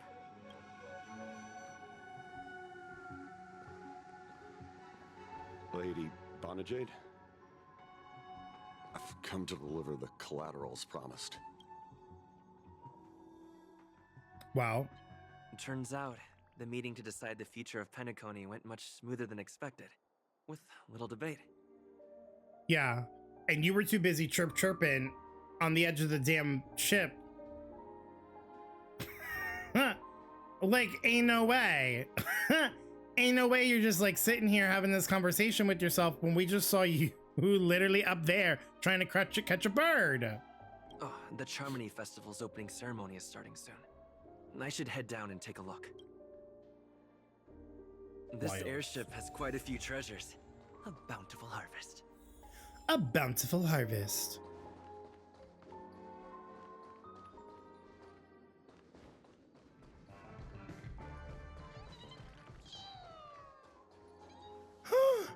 If you jump, I jump.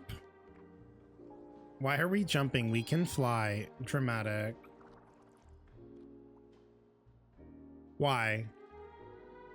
You stand motionless at the ship's bow, gazing towards the distance, feeling the flow of wind, and imagine yourself soaring freely through the covers of clouds until a fierce billow messes up your gray hair, snapping out of your daydream. Girl, this is so Titanic coded. I cannot. You recall a classic Penaconian romance film where a kindred companion is standing beside you, promising you yeah, I can't believe I missed the reference when the birds were talking about it. I missed the reference when the bird, I just thought the bird was being like dramatic.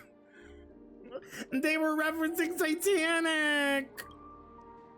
While jumping off the edge plop you right in front of Miss Robin and Mr. Sunday, you recall the first time you dived into the dream and how you plummeted into the golden hour. You can't help but smile.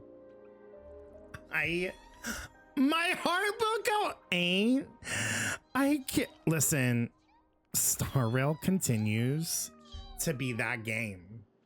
Star Rail continues to be that game.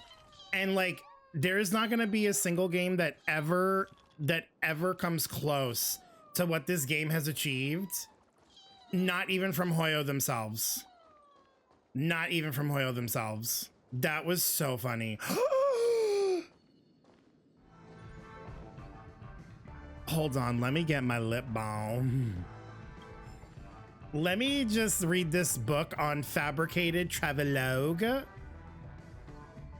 before I get my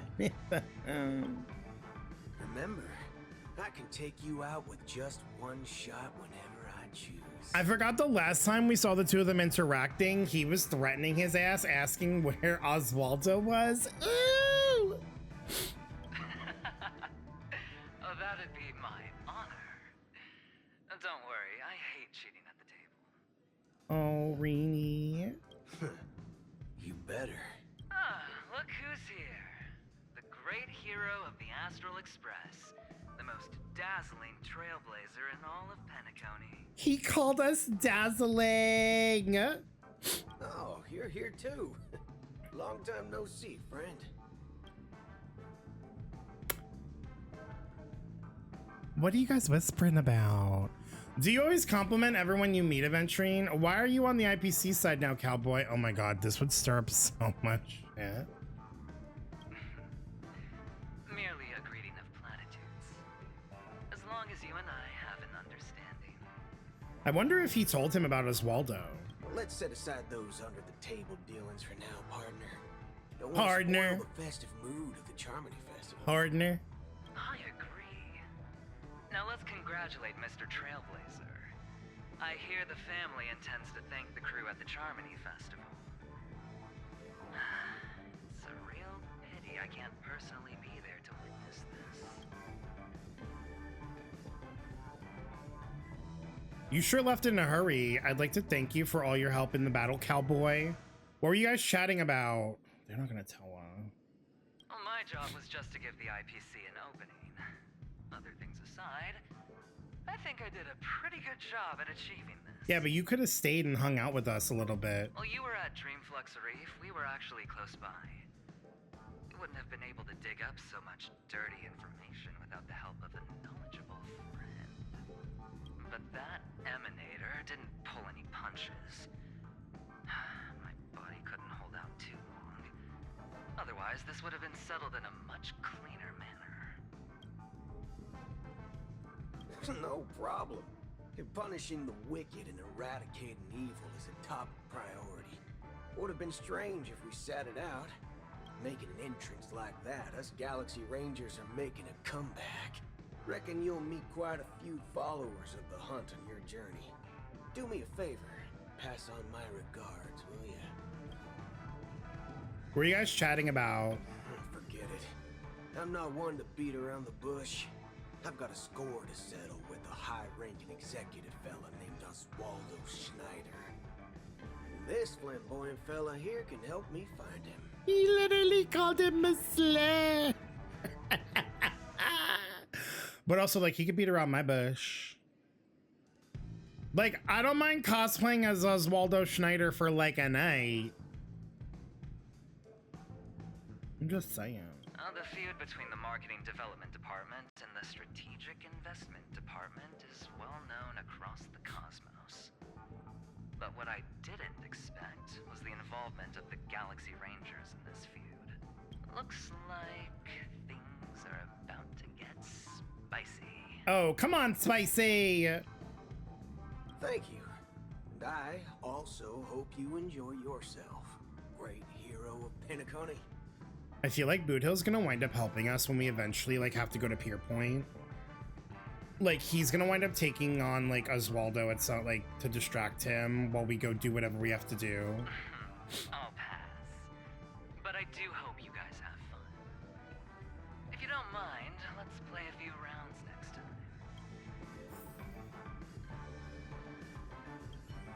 It's time to let down our hair and enjoy ourselves on days like this. I hope you can enjoy yourself to the fullest, great hero of Penacony. Oh, I definitely will, cowboy. Okay, wait, I just need to adjust the settings because I feel like the voices are a bit too low.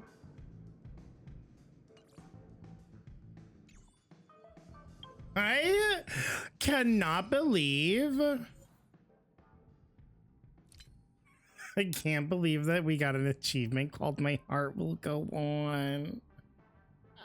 That's incredible.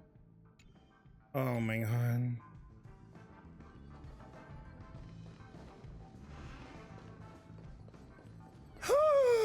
Oh my god, it's a ratio!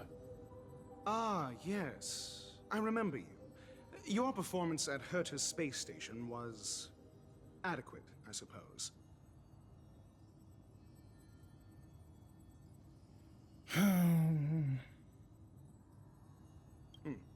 No wonder that gambler likes you so much. I still want to literally throw him off this boat. Can I throw him off this airship, please? Not him saying my performance was adequate. I'm gonna beat him up. Do you know Adventurine? This individual is my responsibility during the trip. Nothing more than an errand from the Office of Academic Affairs. Right, I'm sure. I'm sure that's all it is, Ratio. I'm sure that's all it is. Very well. The Charmony Festival is about to commence soon. Take advantage of this unique opportunity. A blend of work and play is essential for superior knowledge absorption. How do you rate Adventurine? The executives of the IPC and the Guild say that we are strategic partners. Yet, from my perspective, I am invariably the teacher, and he, along with you and every other individual, is the student. Oh, so he's into the teacher-student role play. Okay, that's good to know. That's good to know. From this perspective, Aventurine isn't what you'd call an ideal student. Yet, he's also not utterly obtuse. Alas, the void within him can never be filled by talent and knowledge. Let's hope he doesn't turn into a philosophical zombie. Aventurine's like, Professor, I can't, like, I need to pass this class. Is there any extra credit I could do?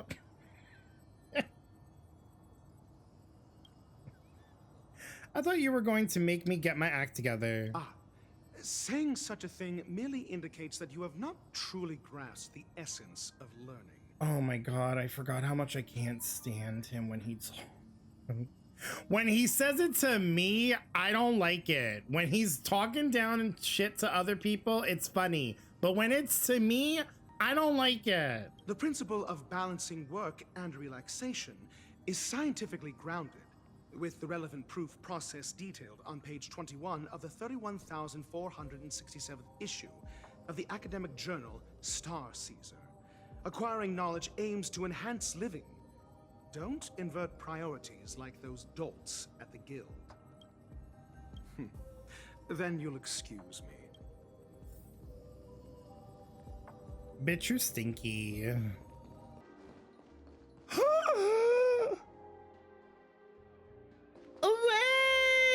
I forgot Argenti was still here. I thought he left after he saved Aventurine. Hold on.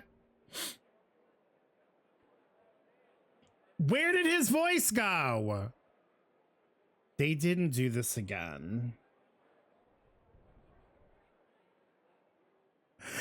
Was the voice actor not available for 2 whole patches? I'm confused. Like, what happened?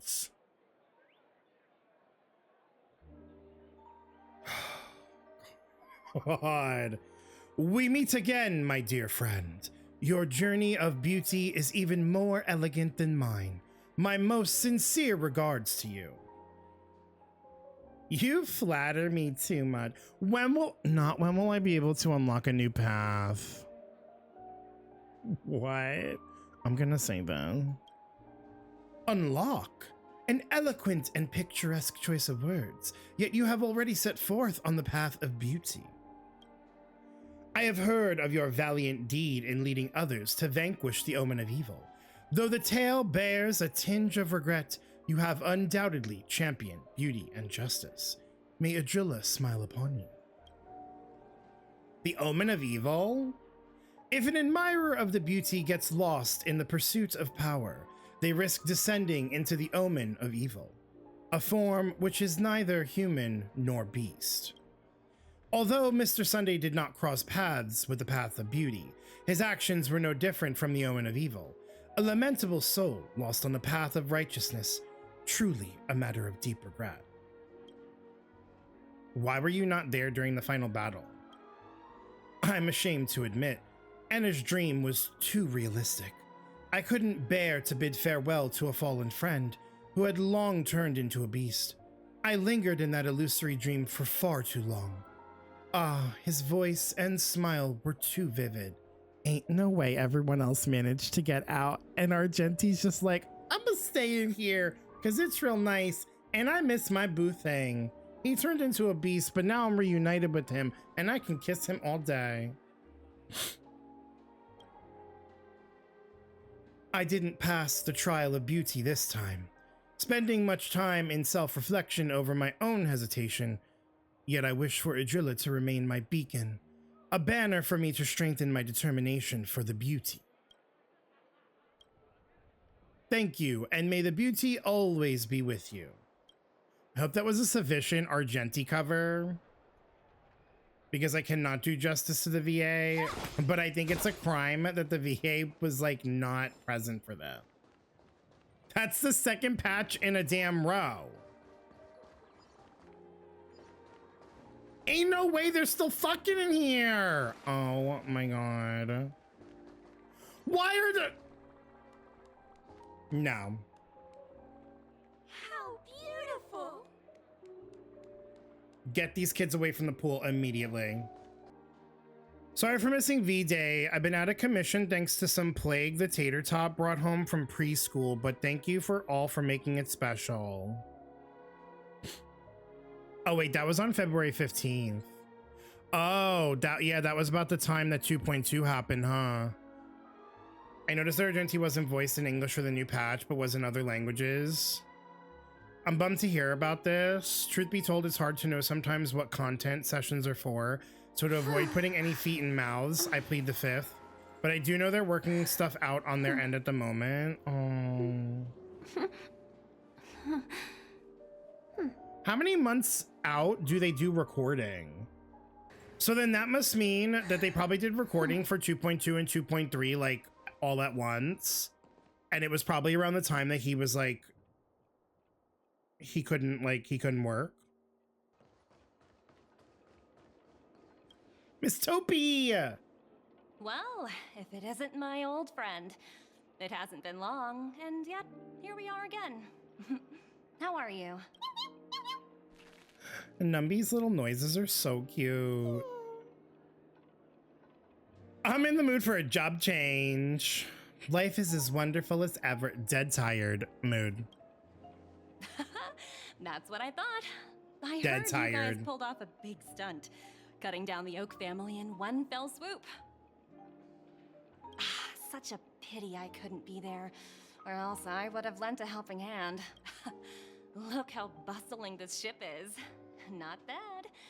Someday when I'm less tied up, I plan to host a grand party on my eco ship, and you'll all be on the guest list. I want to ask you a question about that transform. Are you able to transform? Are you also able to transform yourself? Oh yeah. Oh yeah. Bitch, you have a stone heart. Do you have a form? Transform? What are you saying? Oh, I understand now. You're referring to Aventurine's cornerstone, right?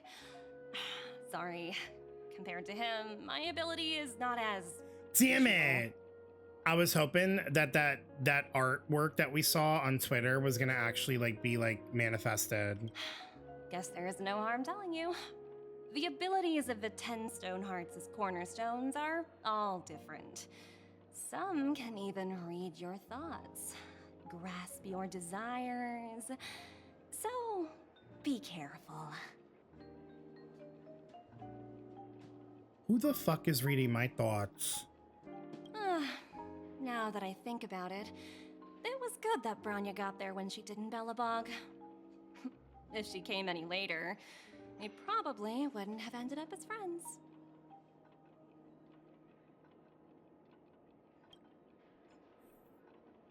So grasp your desires was definitely Jade, but the whole reading your thoughts, is that hers? Was she saying that was hers, or is this somebody else's? Girl, I'm unwell. The way I just tried to jump over this railing.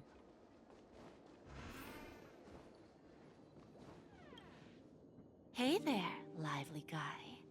Welcome to the Bon Jade Exchange. What should I call you? Bussy Bob. My name is Sunday. Not a bad name. Just lacking in virtue. Oh, she gagged his ass. So, Mr. Sunday, what do you wish for? No way! And what are you willing to sacrifice for it? Make Nanook bow down to me. I want to be the CEO of the IPC. Revive Akavili.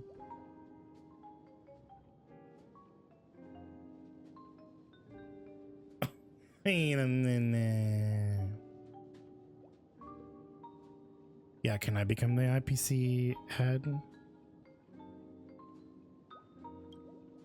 Oh, this is your wish. Lady Bon Jade doesn't even blink. You're guessing she doesn't have any sense of humor. Sounds simple enough. Very pragmatic. Then, let's discuss the cost. Ain't no way she just said reviving a fucking dead Aeon was simple enough and very pragmatic. No way! This is the end game already! Please! Please! I wouldn't be too worried. To fulfill this wish, the thing I need is simple. The tail of an animal. What animal? Well, it's a two-legged animal with black fur, a round head, and long ears. It's omnivorous and is prone to mood swings. Most importantly, it has mastered the human language and can communicate. You stay away from Pom Pom, you bitch! Bring its tail to me as collateral, and your dreams will come true. That confirms it. Like, we all kind of like they basically, like, we all kind of like knew, but like, ain't no way that this side dialogue basically confirmed what like we were like already all thinking. It seems that Lady Bon Jade is not without a sense of humor. You have to admit her skill in using dark humor is superior to yours.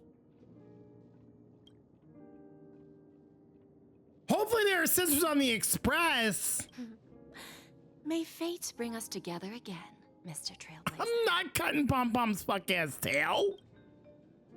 Now I don't even understand if what she said was like a joke or not, because like the way that last like line where they were like, oh, it seems she's not without a sense of humor because she's got like, you know, something dark humor, but she was dead serious the entire time.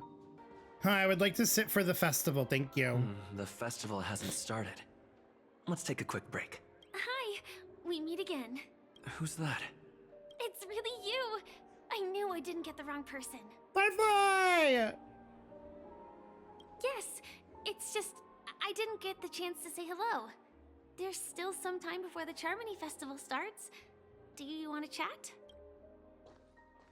Of course.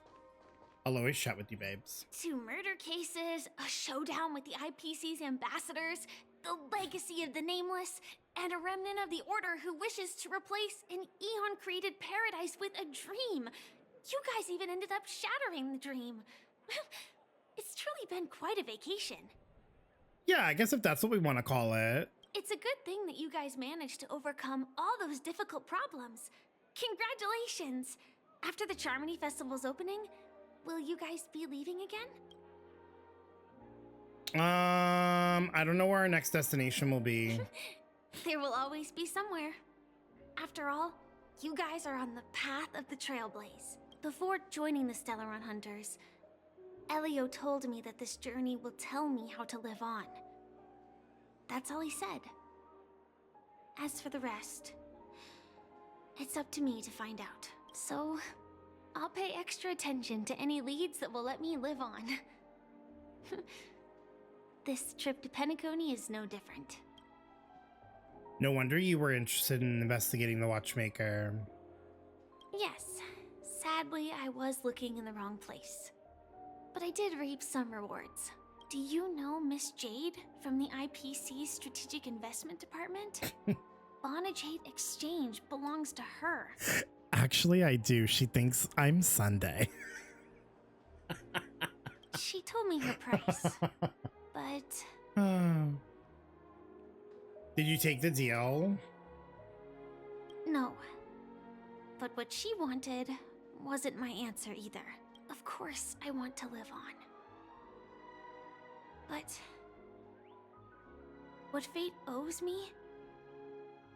I want it paid back, not passed on. No one else should be involved because this is a grudge between me and fate. Speaking of which, actually, I feel that I still owe you a formal apology for that matter with the performer of the Iris family?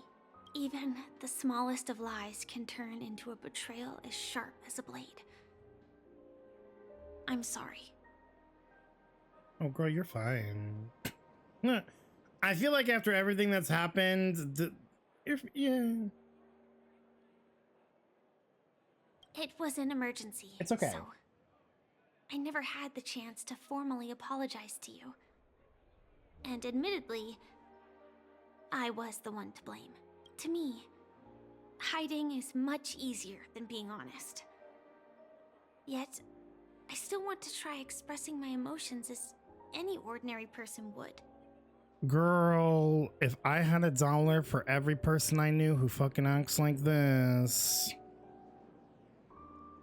And also who says this, but actually doesn't implement this in their lives, I would be one rich MF.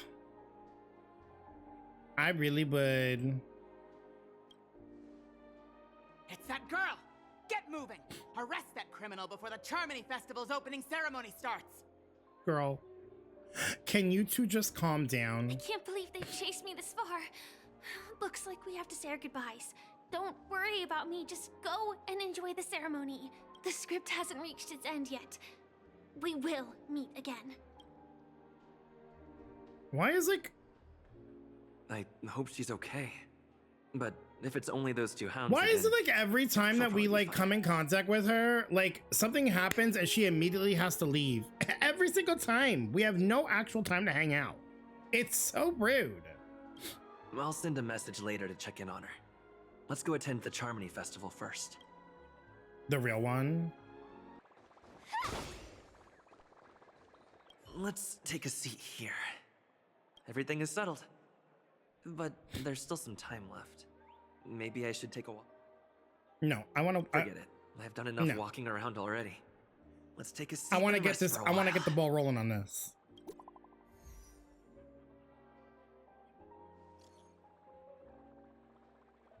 It's me, Firefly. I got it all handled. Got it all handled. Don't worry, I didn't do anything rash. I've hidden myself away. It's a pity I won't be able to see Miss Robin perform. Oh! That's so cute. Honestly, Firefly can make a typo. She's too adorable and she's gone through too much shit in her life. She's allowed to. Looks like I don't have to worry about her. She's allowed to. Let's wait for the opening ceremony to start.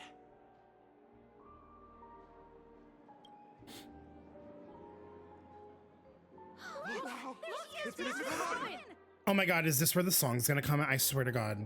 Hey, Miss Robin! Hey, Miss Robin! Over here, Miss Robin! Miss Robin! Miss Robin!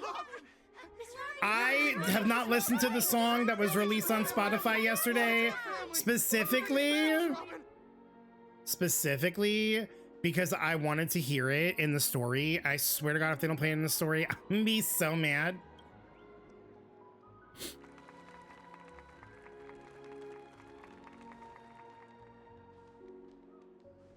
Distinguished guests, fellow family members, ladies, gentlemen, and friends from all over the cosmos.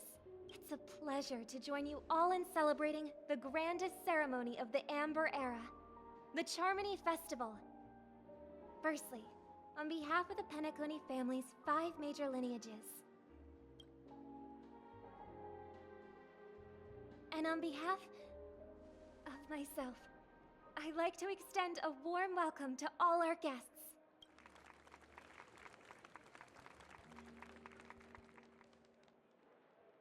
As you all may have noticed, this year's Charmony Festival is far from regular. Thanks to the efforts of everyone, this celebration is unprecedented in scale, with factions from across the cosmos in attendance.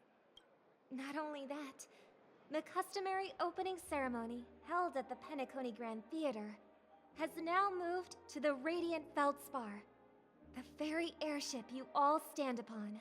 We invite you to express your warmest applause and deepest appreciation for OT Alfalfa, head of the Alfalfa family, for his selfless devotion to the Harmony's cause.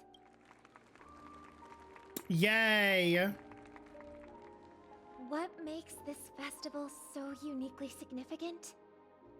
As is widely known, the Radiant Felspar had to halt its voyage due to an anomaly in the Sweet Dream, sparking widespread discussion in the 12 Hours.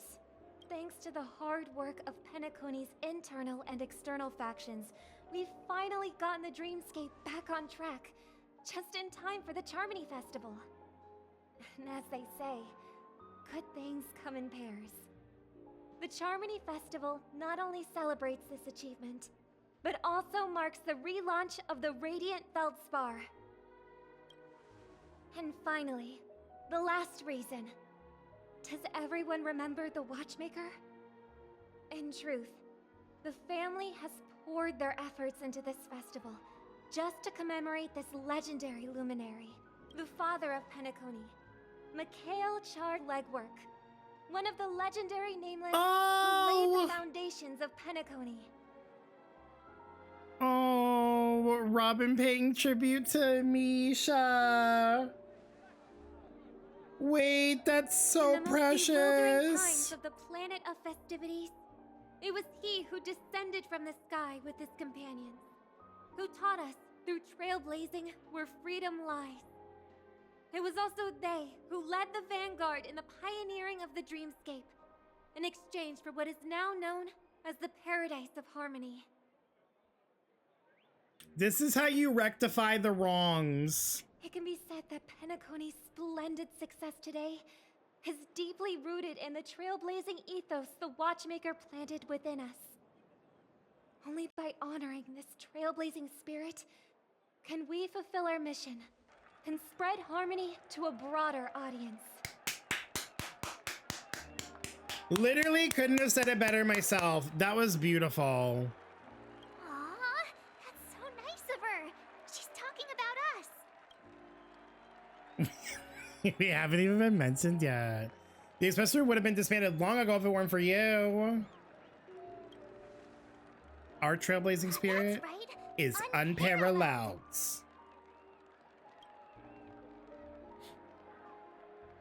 And now, the sweet dream is back Oh, I on love track. Robin so All much. thanks to the Trailblaze, of course. If it weren't for everyone on the Astral Express, we wouldn't be able to successfully host this Charmony Festival. Thus, with unanimous consent from the 5 major lineages, Penacony's family, on behalf of all family members throughout the cosmos, offer a token of appreciation to the Nameless. Oh, I wonder if it's gonna be a big one. We will transfer ownership of the Radiant Felspar to the Astral Express. A meager appreciation that we hope you will accept with grace. Wait, is this Final Fantasy? We're getting a whole ass airship. Oh, what? Let us gift our applause and cheers to these brave and dauntless We're Nameless. getting a whole ass airship. Hello? Oh my god, it's gonna be so much easier to traverse the maps now. We've gotten to that point in the game where we can just now, instead of walking around, we could just fly on the airship.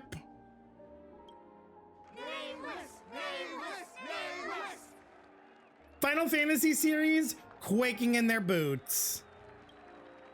And now, I propose a toast to harmony, to the Trailblaze, to the future of Penacony and the universe, and to the generous Alfalfa family head, Mr. O.T. Alfalfa. Cheers! Cheers. Cheers!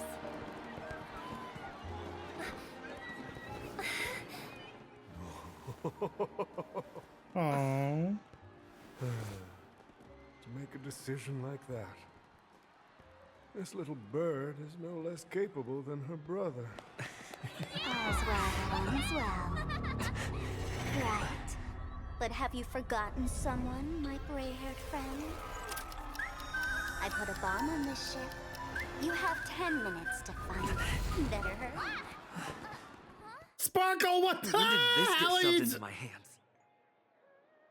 Not her saying A-bomb and there's 5 marked things on this map. Also, do you hear the music? It's her theme song. Are you serious? Like, I can't be mad.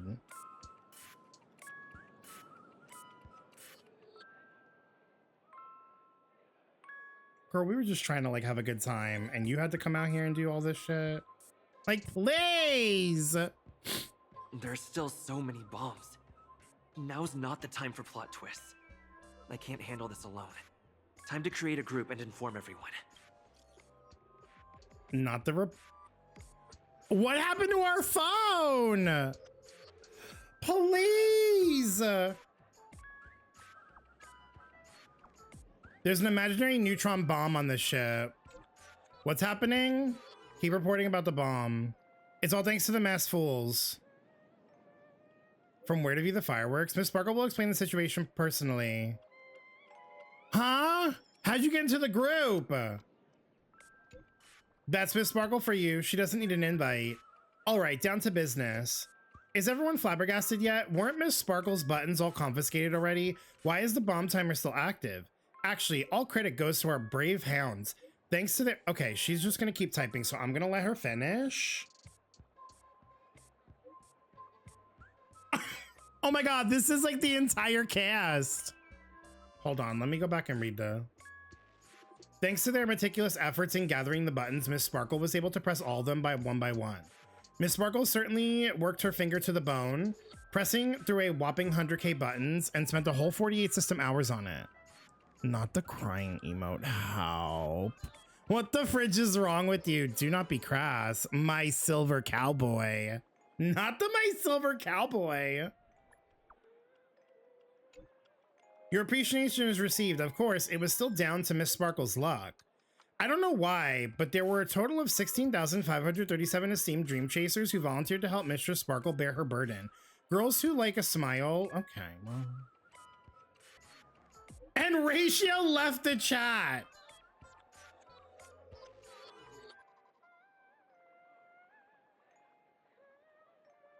I don't even know what was said in all of this. And Ratio just said K and left the chat. Okay, I'm going back to this story now. Now that I can actually read all the messages. I don't know why, but there were a total of 16,537 esteemed dream chasers who volunteered to help Mistress Sparkle bear her burden. You know what would have been funny if the bear here was capitalized and her name was Mistress Sparkle Bear, because then I would have stolen that as my drag name. Girls who like to smile are always the ones with decent luck. Anyway, the bomb Miss Sparkle placed on the cruise ship is hidden among 999 dolls? No. No. You bright-eyed people will surely find where the real bomb is hidden. Good luck. How many? Don't panic. We'll deal with this together. Everyone, please don't make any commotion to cause unnecessary panic. I will arrange for the family members to prep for evac, but we still have to rely on you all to find and defuse the bomb. The Oak family has always relied on the strength of order to guarantee everyone that death never occurs in dreams, but the blessings of order are now lost. Its consequences may be unimaginably detrimental. I agree. If anyone finds anything, please update the group promptly. The beauty is duty bound. The IPC will lend our aid too. Don't worry, everyone.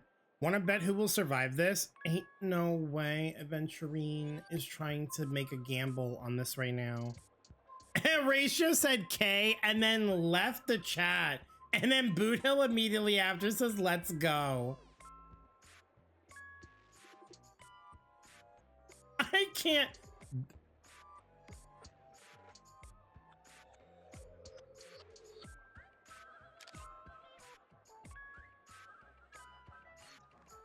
All set. Let's start following the plan. Find the bombs based on Sparkle's wondrous treasure map. 0 of 999.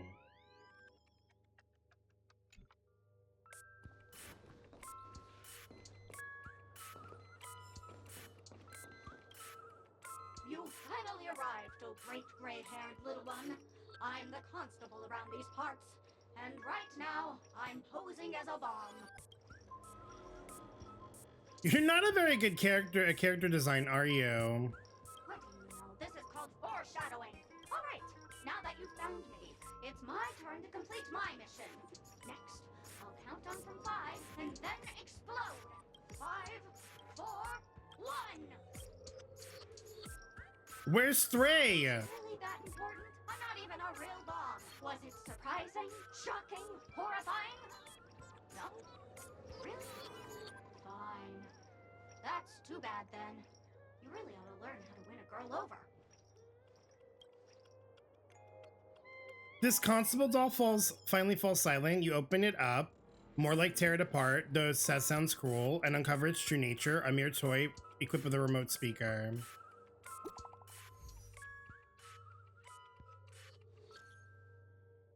Oh, it's Black Swan! There's progress with the bomb situation. I've got good news and bad news. Which one would you like first? Give me the bad news first, Squirrel. Not the emote. The bad news is I found 131 bombs. The good news is none of them were real bombs. Bro, what do you mean that's bad? That saves me so much time. Massivos really know how to pull a stunt. Don't worry, process of elimination is also a problem-solving tactic. The evacuation of the family is underway here. The Bloodhounds are hot on the investigating trail. Keep it up, everyone. At least I made some progress. Gotta keep working at it. Damn, Black Swan said let's up that to 132. Well, I know that there's one up here, so let's just immediately go here.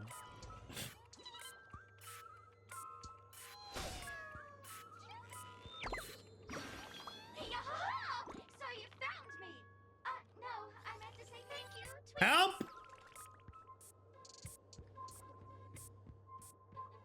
So you're an origami bird now. Origami bird? Can't you tell? I'm the origami doll, Tweet. Actually, there are 998 more dolls that can pack a punch just like me on the radiant Felspar, Tweet. Please call them back to the golden sparkle tree.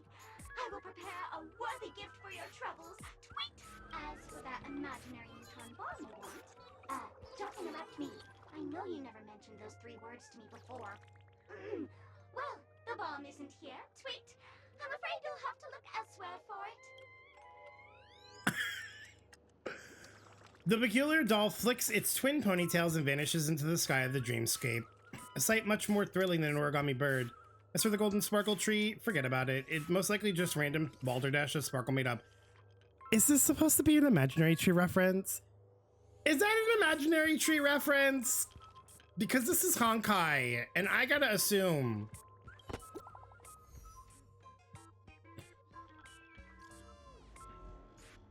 Daggum wubbaboo, I give up. What's wrong, Silver Cowboy? I found 217 talking dolls. Not him. Not him taking a picture of the doll. Help! Not him Not them all laughing.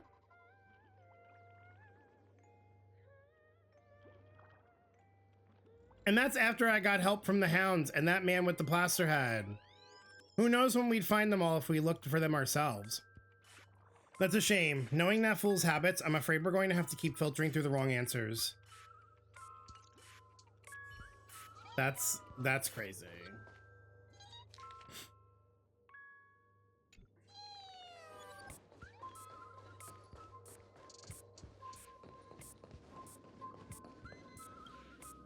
Hello, I'm a bomb.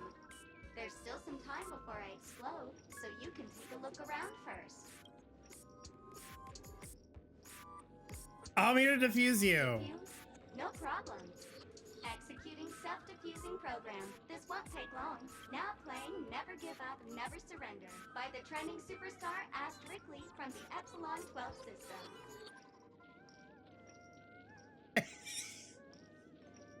Oh my god! Ain't no way they're rickrolling us in a main story quest right now, dude! Are you serious? Are you deadass? Oh, hang on. Penacony's family have not purchased the rights to this this song. We can't play it here. How about this? I'll recite it for you. Next up, please enjoy a recital of Never Give Up, Never Surrender. Oh, aha! If you ask me how I feel about you, don't tell me that you pretend not to see. They will never give you up, never make you sad. They will never give you up, never make you cry. They will never say goodbye to you, never tell lies to hurt you. Praise, aha!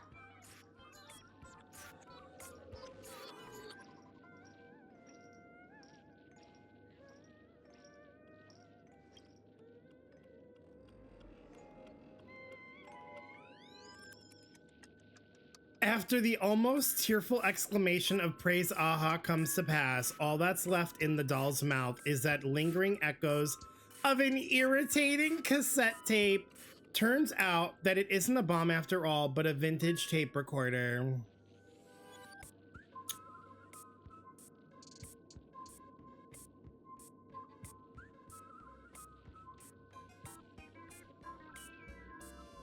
As I said before, there is not a single game that any other company nor Hoyo could make that surpasses Honkai Star Rail at this point. This is just peak.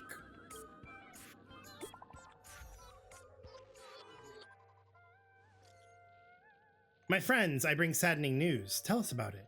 This trial of beauty is especially dangerous. I found 145 adorable dolls, but thought they were the fool's bombs. Is this really not a trial of elation or something? No matter what, please be patient, everyone. I have a feeling that as long as our virtuous patience can persuade Idrilla with sincere conviction, even the most difficult of problems will be resolved. Mr. Argenti's right. Everyone, don't let your guard down. We have, what, 2 more? And they're down here. Welcome to the Radiant Felspar, good sir. I'm a dangerous bomb, and an outlaw who despises law and order. May you have a splendid day. I think Boot Hill should have gotten this one. Boot Hill should have found this one. I'm guessing you're also not a real bomb. I'm not, but so what? I'm still crazy and dangerous. In case you don't believe me, allow me to show you. Go fudge yourself, you muddle fudger! She's even pretending to be like him. To be frank, I didn't become an outlaw because I'm a fudging bomb. It's because I'm the fudging owner of an ancient mad forbidden curse. Care to experience it? I can chant it for you. But Miss Sparkle won't be responsible for any of the consequences. Holy fudge, you're more insane than I am. Let me gather my wits. The ritual is ready. Pick up your ears to the most fear etched into the fudging genes of humanity. Boomska, boomska, little sparkles. Boomska, boomska, little sparkles. What? Not the... Was that some like cracked out Mickey Mouse reference?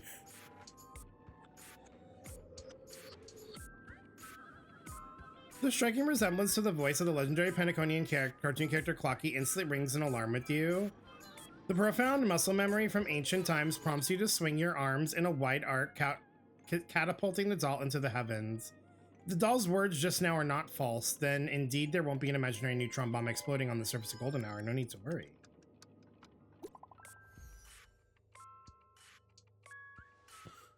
The IBC's Special Investigations team is wrapping up here. We found a total of 329 dolls, but no bomb. Thought I'd drop this update with you guys. Even you guys can't do anything about it? Holy fork and shirt balls. This is going to be a killer. Don't give up. We're so close to 999. The express crew is also about to be done. So we're missing. Oh. Well.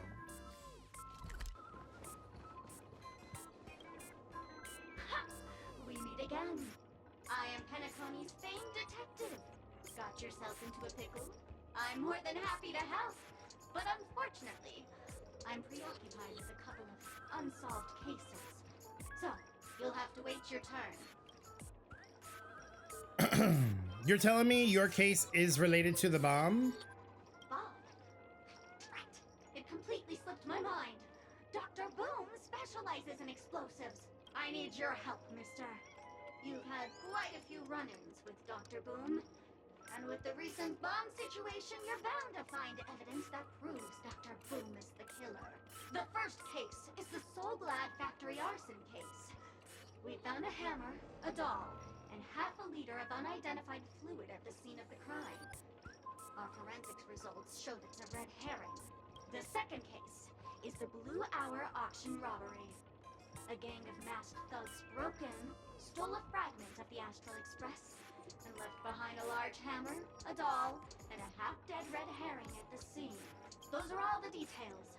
The way I see it, there must be a link between these two cases that will be the key to exposing Dr. Boom.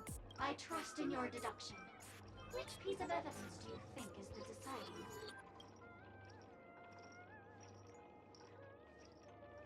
It's you! You're both at the crime scene! Correct answer! You're good at gray hair. Your mind is pretty sharp. This is kind of like a throwback to the companion quest. Seeing as you've put in so much effort, I'll throw you Yo! The bomb's not here. This is only a prank I've craftily set up. Hurry. This is a nod to the Black Swan Sparkle companion quest, dude.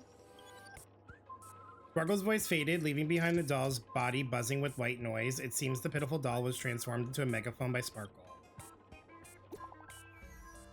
This is so ridiculous.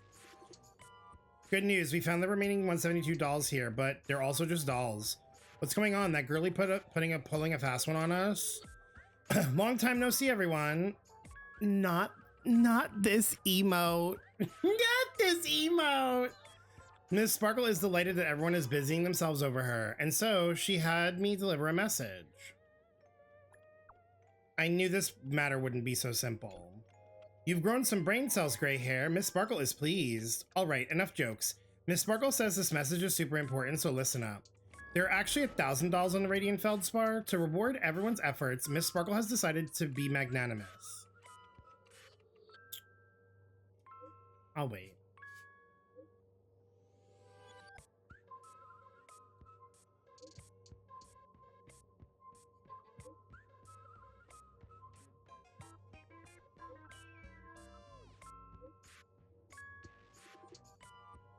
Oh, they're done. Okay. Love that. She will give the coordinates of the final doll with the bomb to everyone. The time I've allotted to everyone far exceeds 10 minutes, but let's all try to hurry up. Something major's going down if you're slowpokes. Robin, I'm sure you don't want everyone to know that the family's protection over Penacony has been rendered useless, do you? Hurry up and move out, world-saving heroes. Everyone, don't be misdirected by her appalling prank. We'll gather at the coordinates. When we catch her, we'll definitely teach her a lesson they soon won't forget. Not much time left. I hope I make it.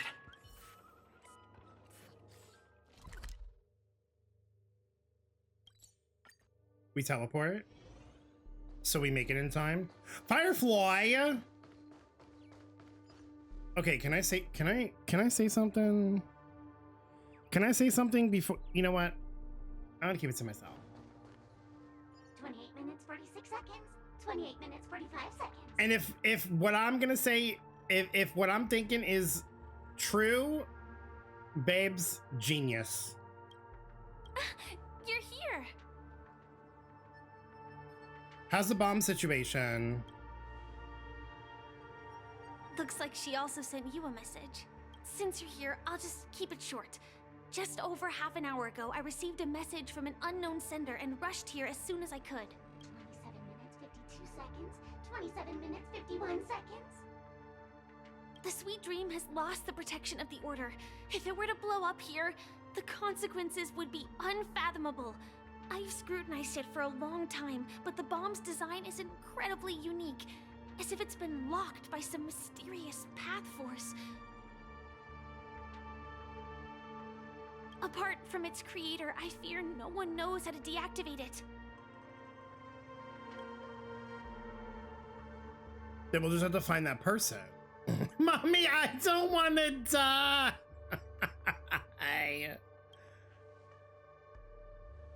It's difficult.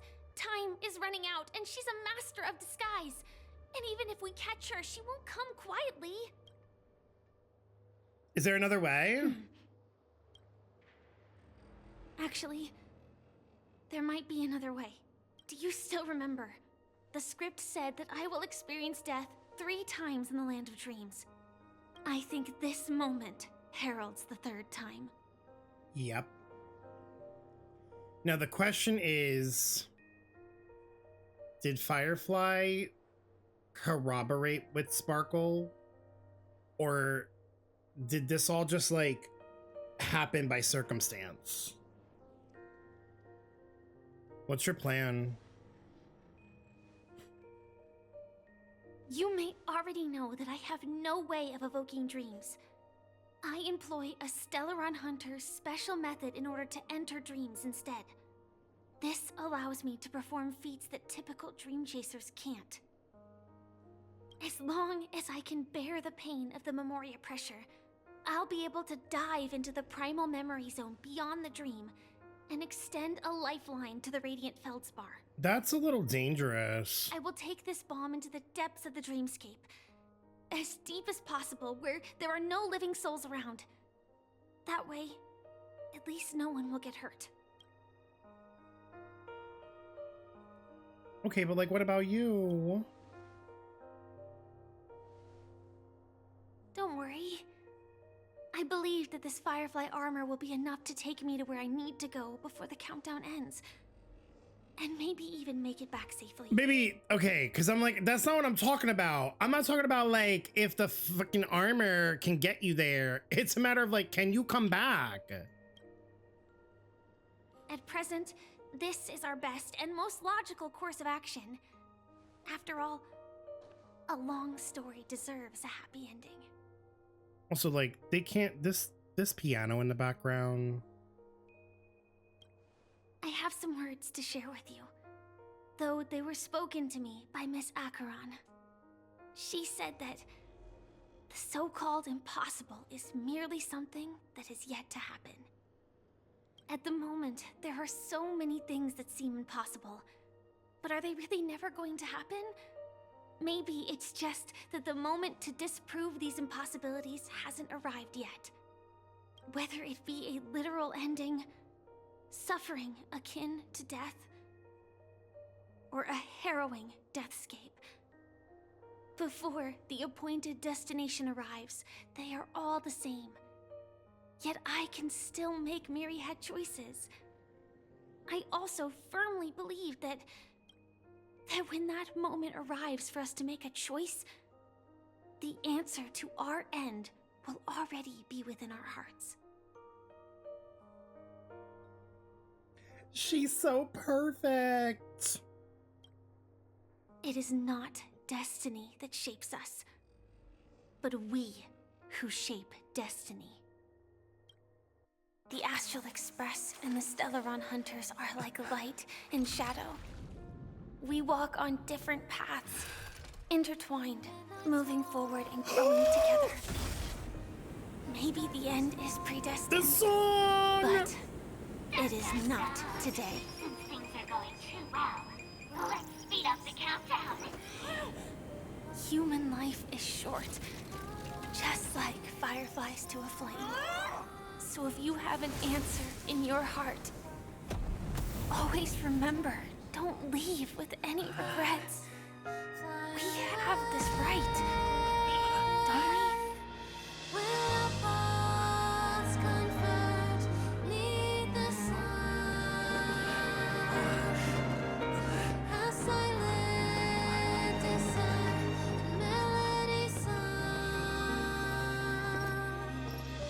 Since you care so much about other people's safety, why don't you go take a closer look?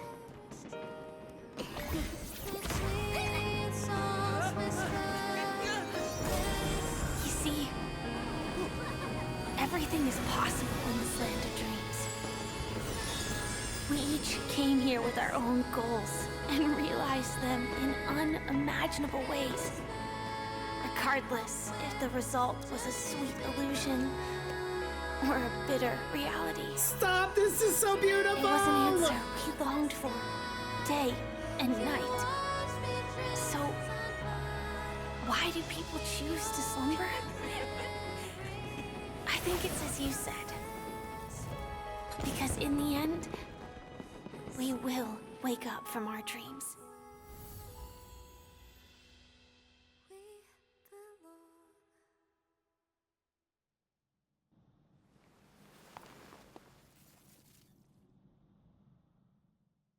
What was that random shot to Acheron, though? Wait a minute.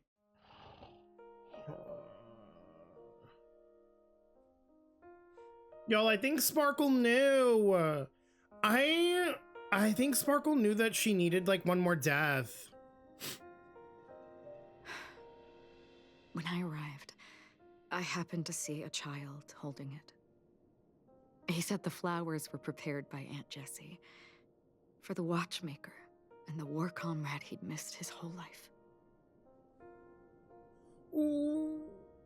Mikhail would place 2 bunches of flowers here year after year. And after he left, it became 3. Your wishes will always be remembered by someone. Ooh.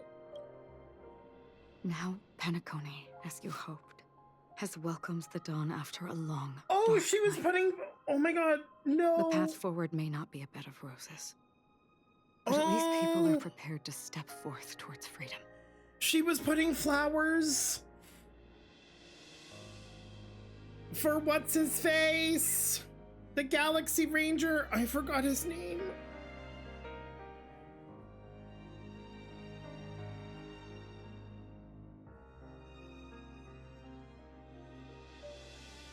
The one that she helped, Tiernan. Thank you. Oh my god, shut up. Tiernan, you can go home now.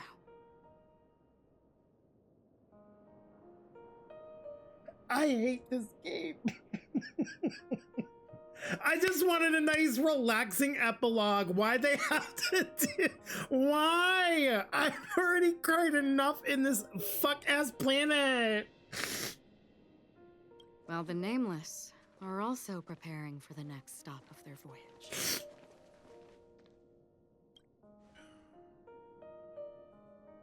But before leaving, we still have one last thing to do. I don't want to like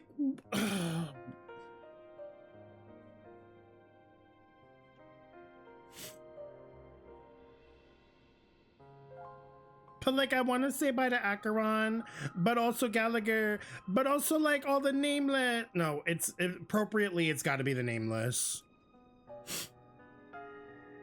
Like, appropriately, it's got to be the Nameless. A fitting end to the tale of the departed. One could not ask for a better farewell. Go on. They're all here.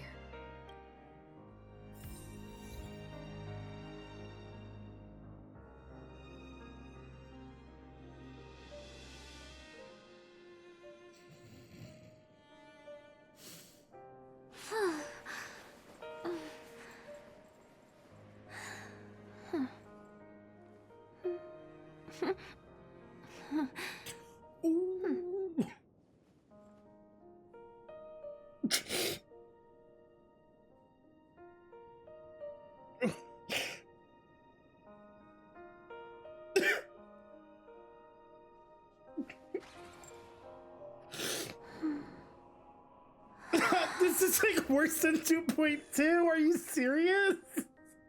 This is worse than 2.2. How is this quest shorter? How is this quest shorter and worse? Are you fucking kidding me? Are you kidding?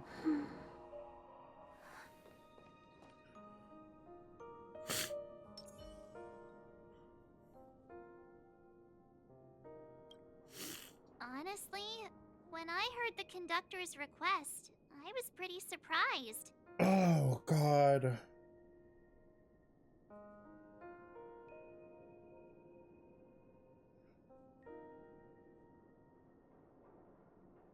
I'm like really not okay. I'm like really not okay.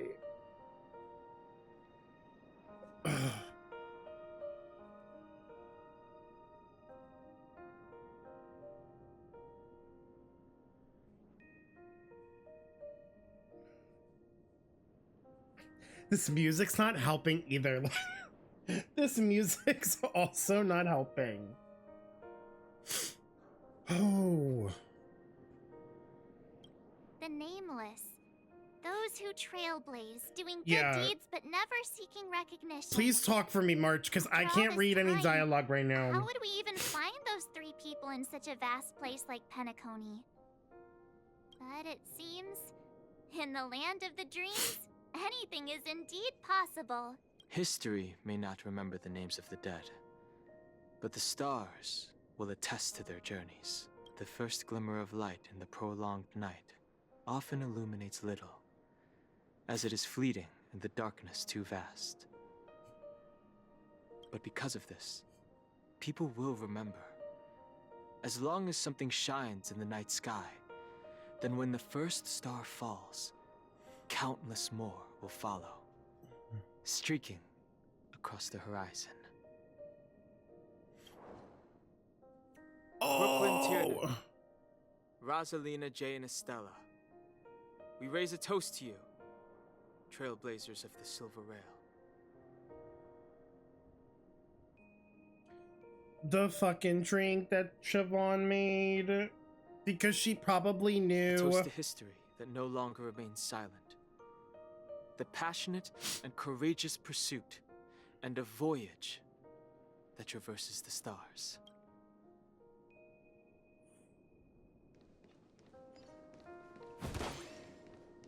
Oh, I'm not ready for Gallagher, dude.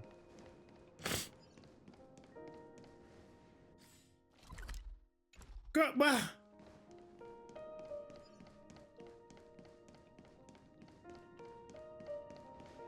oh, fuck off! I gotta go.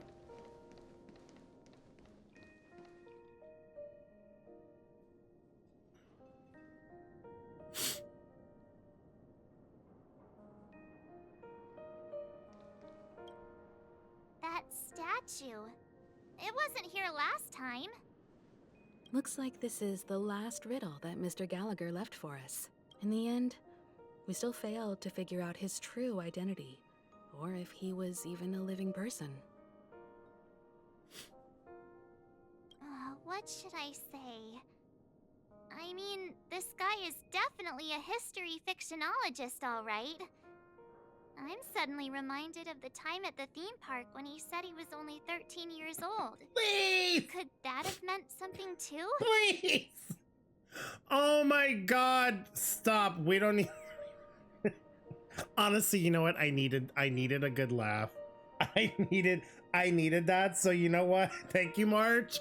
Thank you, writing crew, because... Oh... Either way, he's an enigmatic character for sure. At least our journey together in Penacony was real enough. And his loyalty and love for this land must have been real too, right?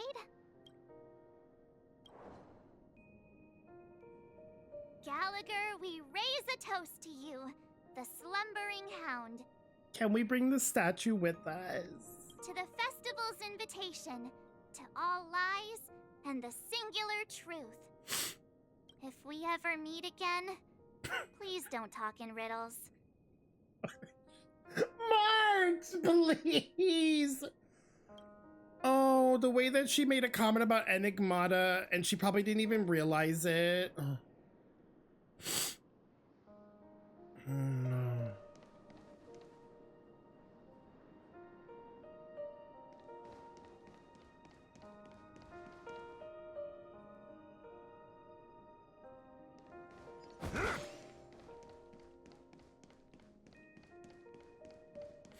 Wait, isn't Micah like... Oh no, wait, is Micah gone too?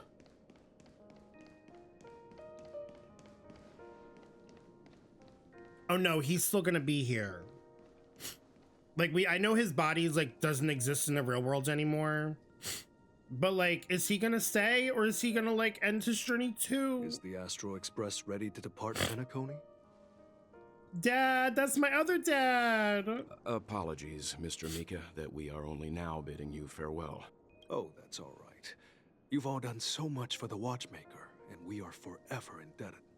Allow me, as the representative of Dreamflux Reef, to make another toast to all the nameless. What will the people of Dreamflux Reef do now? Many will continue to live here. Those accustomed to being awake will mostly have a hard time getting used to a life of darkness with their eyes closed. Though the order has faded, there must be someone to watch over this primal memory zone. Penacony's nights are long, and there are many who are still far from a good night's sleep.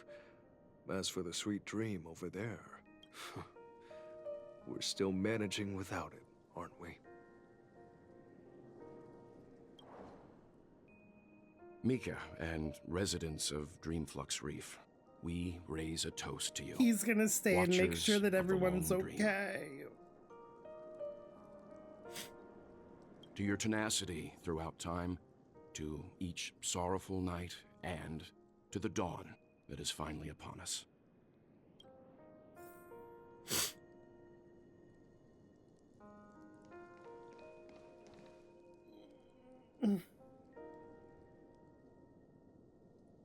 What if I just turned around and left? Right? Because, like, if we don't finish the story, we never have to leave, right? Like, what if I just jumped into that black hole?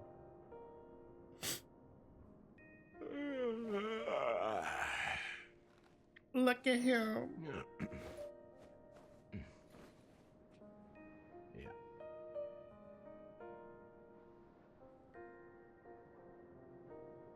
Not you saying it's still pride. Here, I can't. Bye. You can't jump inside. Oh! It's the Wombo combo. It's the Wombo combo in chat for fucking me.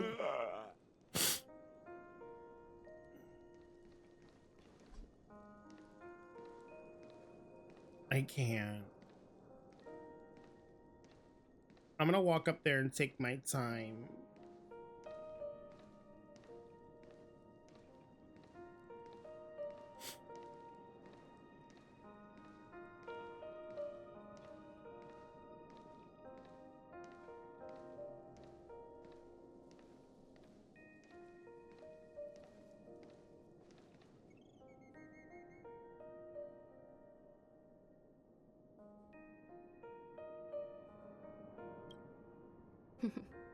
In the end, we still came full circle.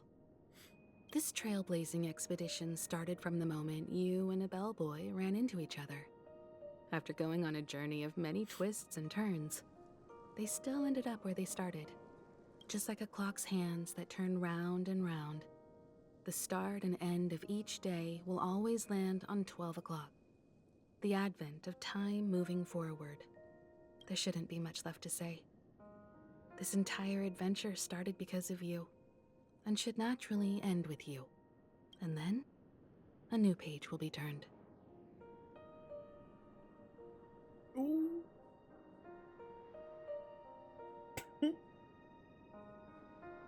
Build your Mishas!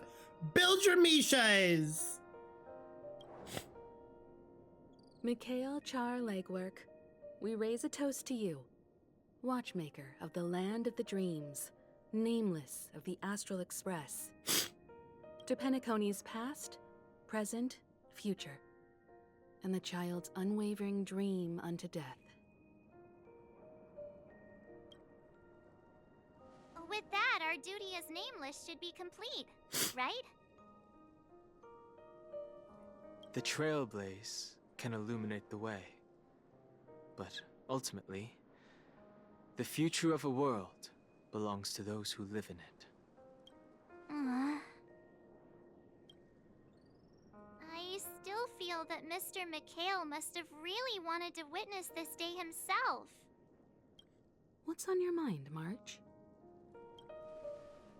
Just a strange feeling. I had it a few stops ago, but it's super strong this time. Oh my god, March, what are you doing? Why not talk about it? Maybe everyone's thinking the same thing. I can't help but think that whether it's Mr. McHale, Mr. Tiernan, or Madame Rosalina, their lives must have been long, and they must have experienced plenty of stories. They were also young once, stumbling and bumbling around just like us, getting into scraps and mischief, that sort of stuff. Companions, enemies, journeys, adventures, all the sad and happy memories. The everyday that we're used to, they've lived through them too. But those things are all in the past.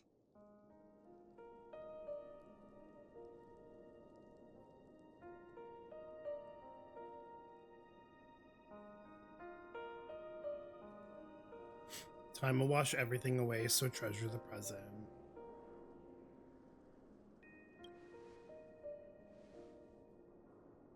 I know, but the thing that I can't get out of my mind is the present. It'll be easier to understand if I use an analogy. Like when you're reading a book. If one of its characters keeps running into obstacles and experiences an ending full of regrets, we're bound to feel a bit mixed about it, right?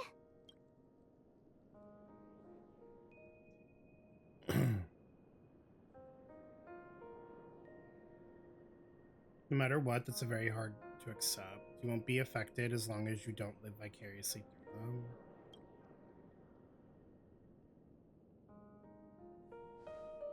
Because we've seen every nook and cranny of their lives, we see these people as special. So, even if there are parts of it that aren't really realistic nor logical, we still hope that their story gets a good ending when it comes. But what if they and we aren't really that special? March, I think that's subjective, baby.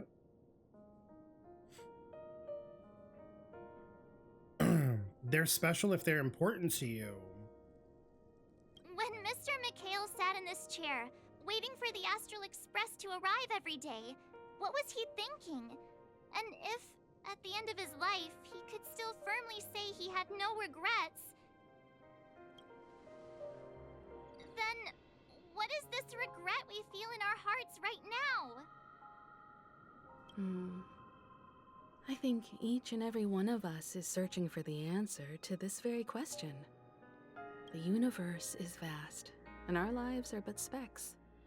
The trailblaze never ends, but against the backdrop of the cosmos, the average person's lifelong journey is merely a short stretch.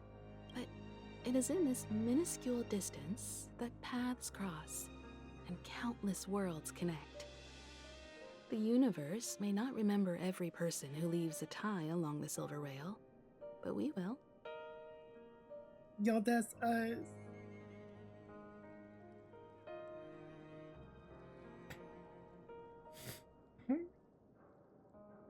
As long as we remember, their stories will never end. And what Mr. McHale has left for us is his answer to this very question. It may not be perfect, but it left a smile on this storied, jaded old Nameless's face at the end of his life.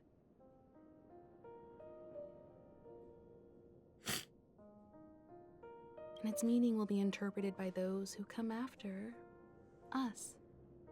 It's not the answer that's important, but what we can learn from others' answers, right? This is what trailblazing is. Sure.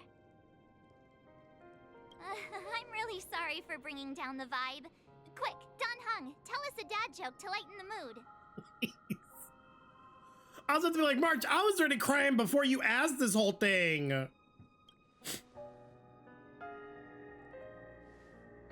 The way he just said no. It's never a bad thing to reflect. One day we'll all have to face our own farewells.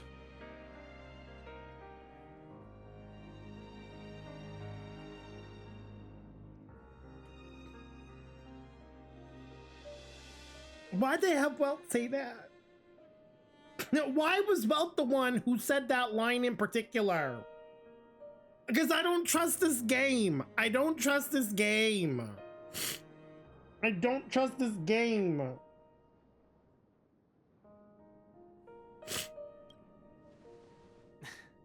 But before that, we still have a long way ahead of us together.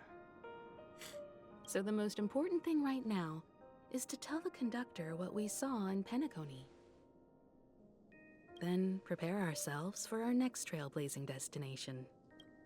I should get back to the Express. Or maybe I could say my final goodbye to Acheron. Oh, not the Acheron goodbye. Wait, I gotta take a picture with Mikhail. Oh. I mean, that's not a bad angle.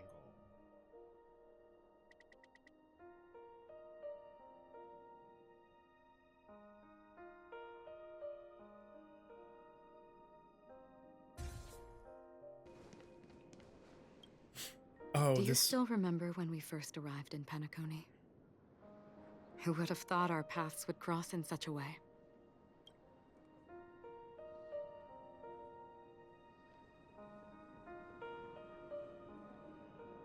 The ocean of stars is vast. And given our destinations, I'm afraid our paths may not cross again. Okay, but like, what if you just like came with us on the Astral Express and then we don't have to worry about our paths crossing again? Because you'll be with us. But the trailblazing expedition ahead is always full of unknowns. And my blade is sharp enough to sever fate. As long as we maintain our original resolve, I believe there will come a day where we will meet again. Come to think of it, I didn't even get a chance to formally introduce myself. Are you gonna tell us you're May? Simply put, I'm a self-annihilator who was cursed by the Nihility. My hometown was destroyed a long time ago, and the whole world was erased beneath their shadow. I mean, I guess she didn't explain this whole thing to us, so I guess it's fine. In order to fight against the cruel end of self-destruction, I went on a journey in search of a way to sever the chains of the Nihility. After a long and grueling search, I am convinced that my destination lies within the depths of the dark web, where reality and the Nihility are separate. In there lurks a secret called Device 9. One day, I'll reach it.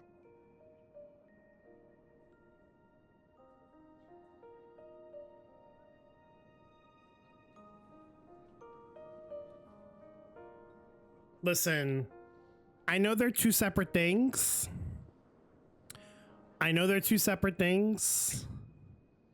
But I'm going to assume that this device was named after the Aeon, and she said Device 9. So therefore, IX's real name is actually 9, and I was correct this entire time. Checkmate, Hoyo. I win again. I win again. Have we ever met before? Ah. In that case, I must apologize for my rudeness. Do you remember when we first met? I once said you reminded me of an acquaintance. Because of the Self-Annihilator's curse, my memories are stripped away, blurring my past. And after our journey together, What I originally thought were familiar feelings were merely illusions. I believe this was truly our first meeting. No. What if that wasn't an illusion? What do you mean? It's improbable that you've crossed paths with my past self.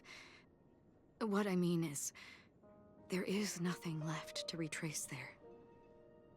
Only nihility. Oh, stop. The Honkai impact. The Honkai impact is impacting. I see. You've also had a similar experience? Then you should know that this me and your memory of me are not the same person. But some... Ooh, the red text came back! But some things will never change. Long ago, I too was like you. Oh, she smiled. With irreplaceable companions. She laughed and smiled. We also embarked on journeys, making the best choices we could, whenever we could. She smiled!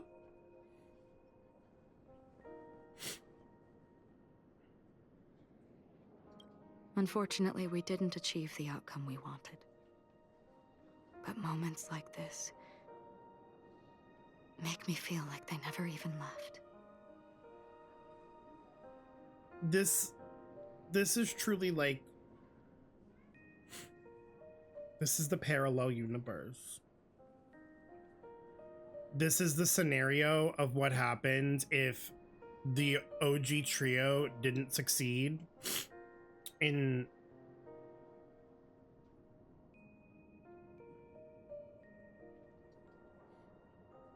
In this universe, there exist countless worlds that are similar yet different, and countless people who are alike yet distinct. I too have wandered alone, encountering acquaintances on strange worlds, seeing their silhouettes overlap with my past.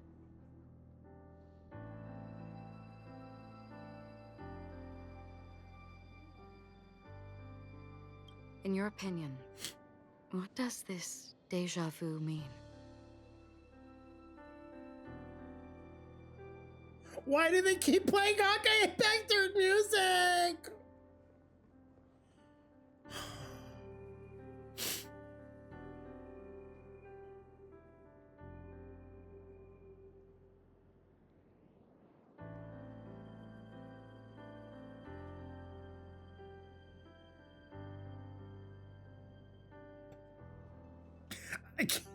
I keep thinking, I keep thinking about, I keep thinking about chapter 17.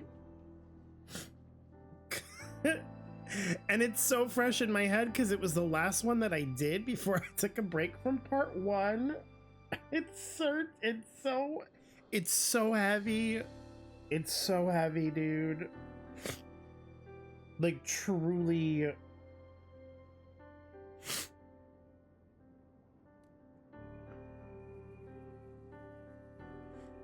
A longing for a certain someone.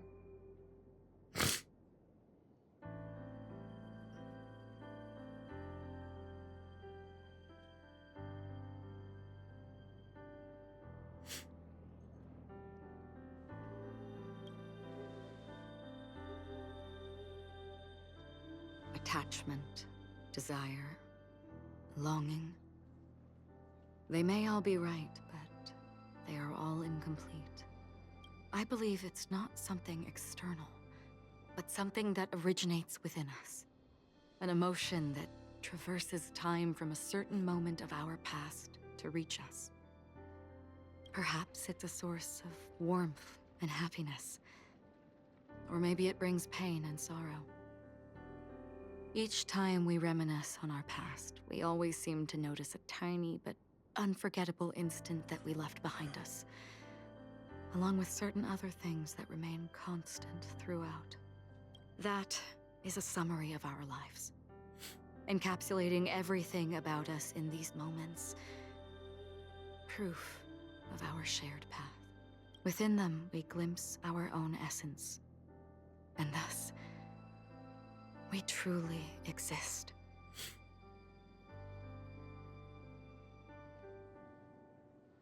Just like everyone in this story, hurtling onwards along the path of destiny with passion and courage for the things that breathe meaning into their lives. Set forth on your voyage without hesitation, Nameless, on the path of the Trailblaze.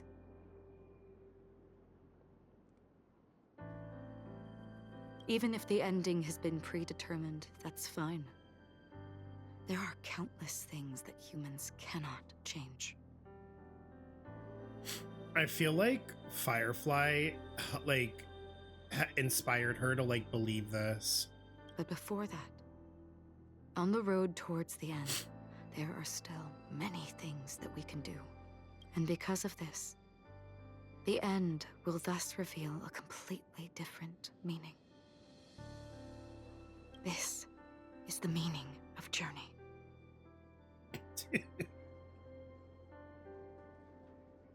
Is this play about us? All those things, beautiful before, are still so now. And I believe it will still bloom at the end of the nihility. Oh. Until we meet again beneath the sun's rays. Dude! Oh! My God! Are you Oh.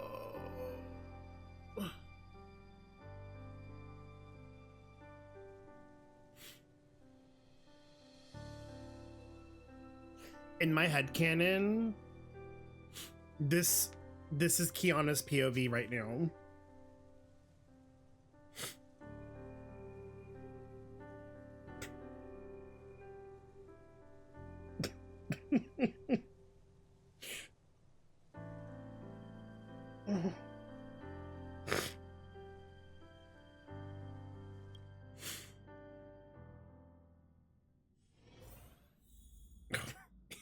The whiplash. The whiplash going right back to the Astral Express, dude. I can't. Help. I just got whiplash. I just got so much whiplash. Why is Pom Pom sad? Oh my God, Pom Pom, don't cry, please. I'm already crying enough for eyes.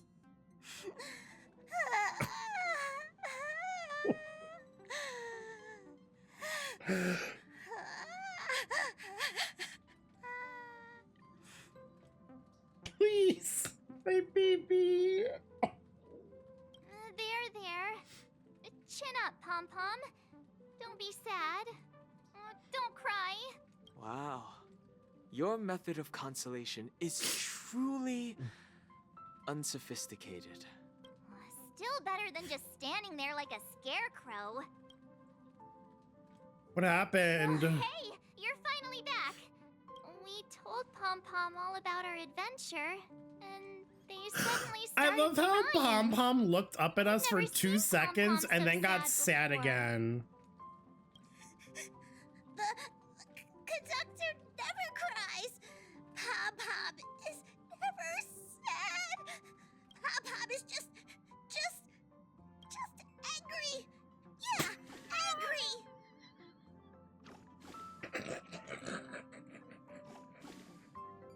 Please. No matter where the express stops, you lot always manage to cause chaos. My well-thought-out timetable completely ignored. If you carry on like this, the express is gonna run out of fuel. Ain't no way that I come back with snot running down my nose and tears still coming out of my eyes thinking, oh, he's sad because we told them about the other Nameless and he's pissed because of that. That's right. Pom Pom is just angry. It's Oh, he's Pom Pom's projecting, babes. Never mind. Pom Pom just doesn't want. Yeah, Pom Pom's thrown through the 5 stages of grief right now. It's fine. It's fine. Oh, I know, Pom Pom. I know. It's okay. Oh, Pom Pom, just let it all out. Mother is mothering. Everyone, could you all take a break in the next car? Don't worry. I'll stay here with Pom Pom. But... Let's go, March. It's okay. Oh, Pom Pom, just let it... Poor baby. She is so mother. Oh.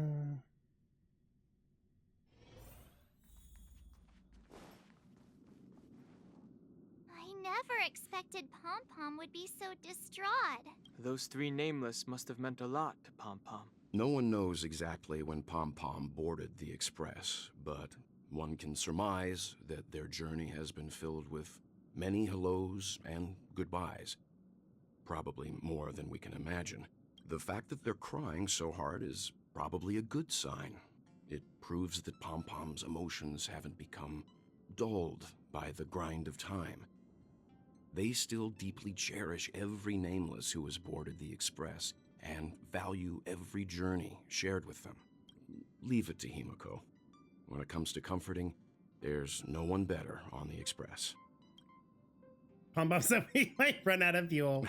Well, they were a little emotional at the time, but I'm afraid that's not out of the question. Since you joined us, the Express has stayed longer than anticipated at every stop along the way. And to ensure that everyone always makes it back on board, Pom Pom has had no choice but so to it's delay our the fault. warp jump schedule. Oh wait, so it's our fault. Okay, well, thanks. I see.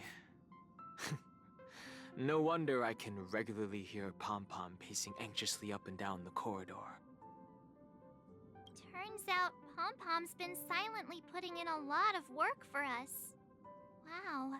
Different from typical vehicles, the Astral Express converts every trailblaze into the energy it needs to run. Ideally, as long as trailblazing expeditions continue without interruption, the Express will receive a constant flow of energy, much like a perpetual motion machine.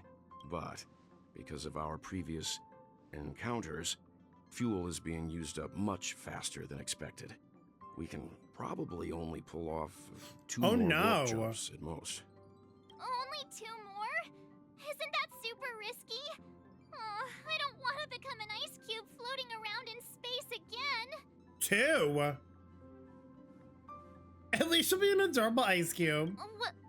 When you put it like that, doesn't actually sound too bad. But I don't even want to become an adorable ice cube floating around in space again. Which also means that we must prudently consider our next destination. Yes, I've already checked the astral charts. The 2 nearest worlds to us are the oceanic planet of Lushaka and the agate world, Melostanin. Wait, are these going to be the 2 new places we go to in 3.0? As for which one we're headed to, that still requires a vote. Or perhaps you might consider a suggestion. Black Swan! Everyone, we meet again. Where did she come from? Also, wait. We did this already. I swear, if this whole quest wound up being a fake again, I'm quitting. I'm quitting. Listen, doing it once, genius. Doing it twice, that's just stupid. It's you! Why were you just in my room? Oh, yeah! It's a very cute room, Miss March. Why'd she come out of March's room? Whoa. Why of all the rooms did she come out of March's room? That's very sus. That's sus.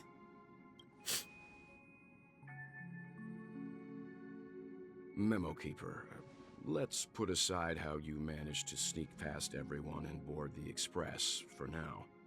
You mentioned a suggestion.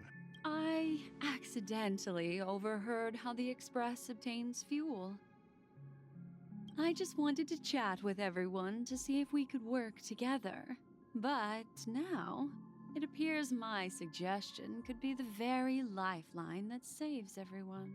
Please speak candidly. Depending on what you say, we could very well ask you to disembark. The Permanence's descendant. What a charming little dragon. Especially with those mired memories of yours. But I digress. If the Astral Express is in urgent need of a special trailblazing expedition to recharge its engine... Girl, Dawn, I appreciate your, like, trying to protect us and be all guard doggy. But, like, respectfully, even if you are in Babylone, I don't know if you can go toe-to-toe with this one. She can remove the memories whenever she damn well wants. Like, I don't know. I would kind of, like, hold off a little bit, babes. Have you all considered this? Perhaps your destination could be a world that even the renowned Achevili never reached. Should you be able to lay down a new stretch of silver rail, the Express may never have to worry about energy ever again. Trailblazing to a world that even Achevili has never been to? Wait. Is that possible? Huh? Continue, Memo Keeper. This destination of which you speak, what sort of world is it? A world that many across the universe don't even know exists. A world hidden away from outside observation. Its presence only revealed by the light from the mirror of the Garden of Recollection. A world fettered by 3 paths, its destiny hanging in the balance. 3 paths? The Eternal Land, Amphorius. What?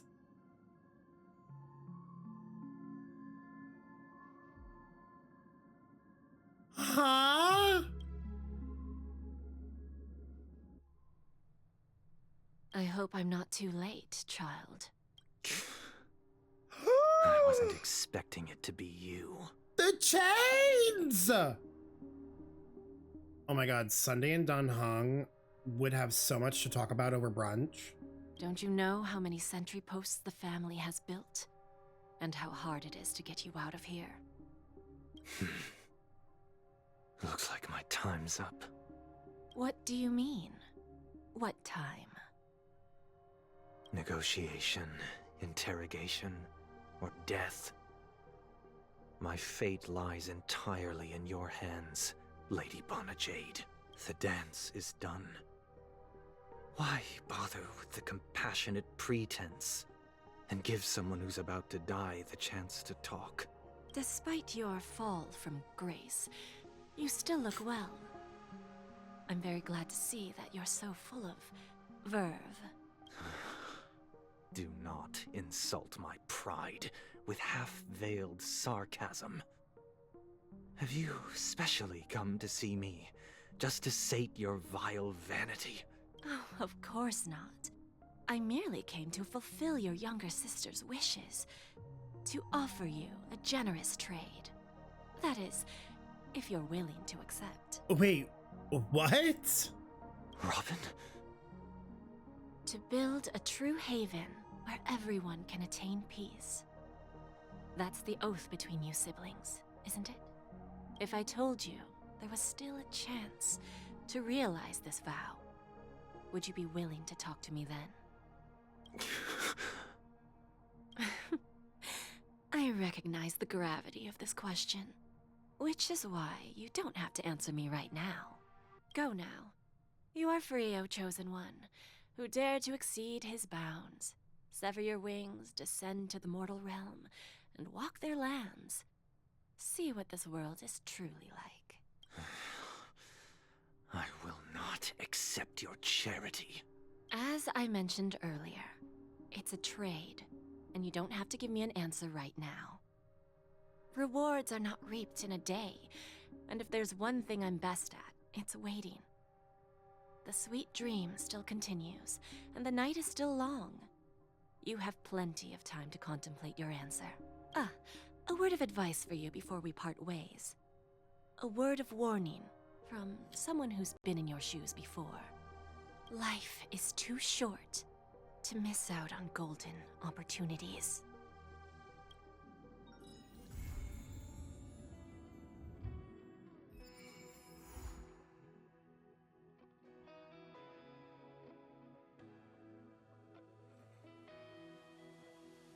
What did she mean by that?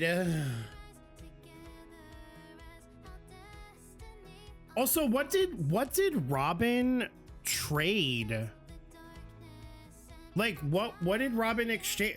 Because let me tell you something. We were already told by her that usually the things that they exchange are like heavy. And you want to know what's crazy? They probably won't even circle back to all that until like at least 2.7, because unless they do it at the beginning of 2.4, we're going back to the CN show. So like unless they incorporate it into like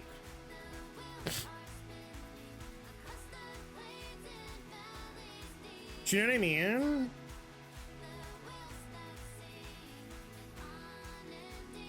Wow, can I just say something? I really was not expecting this quest. I really was not expecting this quest to make me sob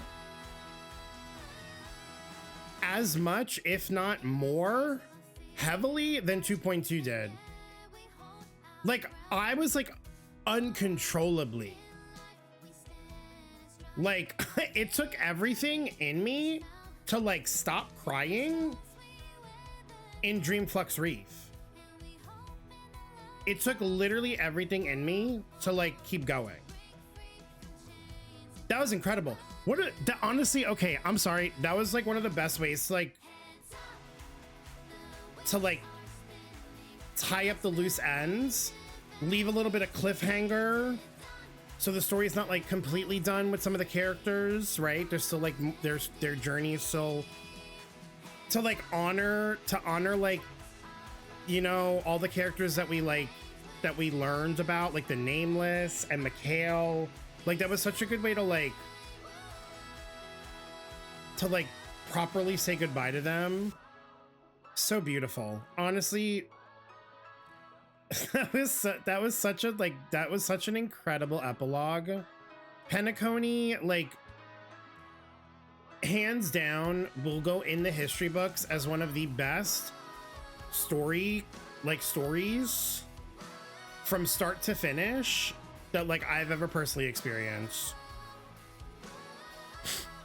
Wow. Here's to 3.0 in the future. Here's to all of that. Damn. Yeah, Boot Hell! Let's go. Oh, what? Boot Hell and Robin? No, bitch, you almost blew us up. I don't need an AHA representative on this fuck ass train. Pom Pom's been through enough. Pom Pom has been through enough. She could stay. How many visitors? They literally. Oh my god, I'm hitting my mic. They're literally just dumping all the visitors on us. We got the album. Yo, that was so good. Cool. That feels so cool, don't you think? Please just leave me alone. Please just leave me alone. Literally the middle one. Come on. Don't text me anymore. I don't want Pom Pom to get the wrong idea. Think you can mess with me? Well, you just stepped on chewing gum. I'll stick to you forever. God, at least Sampo respected my boundaries.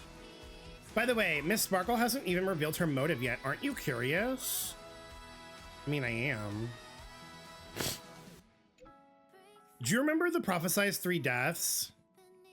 Did I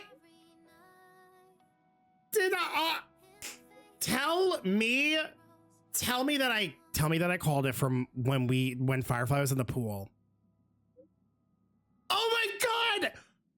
It was all scripted. It was all scripted. The second that we got to the pool and we saw Firefly there, a part of me was like, Sparkle really hasn't been like the villain. She likes to pretend she's the villain, but she's such a troll. And like, thinking about it, the entire time she was doing things chaotically, but like in a way that like helped us progress into helping like fix Penacony. And I was like, what if, like, I think I even said it after she took the bomb, and I was like, what if they corroborated? And Sparkle was like, yeah, you could take this bomb and this will be like your 3rd death. Let me read this perfectly first. Who knows? All I can say is that someone paid a hefty sum to hire Miss Sparkle as the director of Penacony. Seems like it's a friend she made while gaming. The client told Miss Sparkle to make sure the 3 deaths happen in the safest way possible. Did Silverwolf pay off Sparkle to help Firefly? Dude, what? In return, they shared their script with Miss Sparkle. And what happened next? Well, a smart cookie like you can surely guess, gray hair. However, Miss Sparkle isn't some control freak. She let the actors decide how the story would unfold for themselves. Surprise question. Did you press the mutually assured destruction button that Miss Sparkle gave you? I couldn't do it at all. I didn't even get the button. Oh, really? Well, good luck scoring a ticket next time then. But no worries. Since more than half the actors pressed the button, the 3rd death went exactly as planned. She soared up in the sky and set off the most epic fireworks Penacony had ever seen, giving a grand finale to this beautiful dream. And she herself was safe and sound, happiest ending ever. So congrats, gray hair. After all, you're the one who made the call and actually saved that Firefly girl. And that means Miss Sparkle will get paid as promised. Oh, by the way, to celebrate the successful grand finale, Miss Sparkle has decided to share another secret with you, gray hair. More juicy gossip? Tell me more. You know what? Actually, Dr. Primitive is a huge fan of bananas. Why did she bring up a Genius Society member?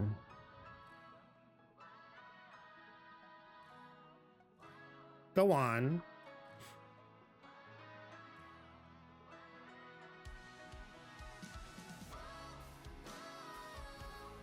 Is Dr. Primitive gonna be the next Genius Society member we meet? Let's click the sparkly thing. This sparkly thing?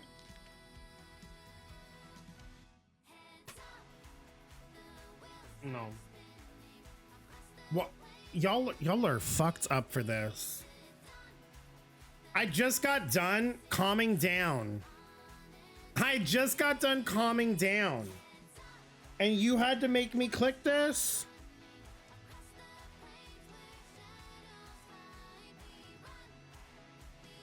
Note left by Gallagher. To the new generation of Nameless, by the time you read this, I will likely have gone to where Mikhail went. Thank you for everything you have contributed to Penacony. It's a pity that I won't be able to witness its rebirth with my own eyes, but your unwavering determination gives me confidence in the future of the Planet of Festivities. Also, please say sorry to my naughty pet Sleepy on my behalf. It suffers from severe separation anxiety, and it must feel terribly lonely without me. No. No. Please release it into the memory zone, as that's where the meme truly belongs. Life and death are merely parts of the fiction on the road of Enigmata.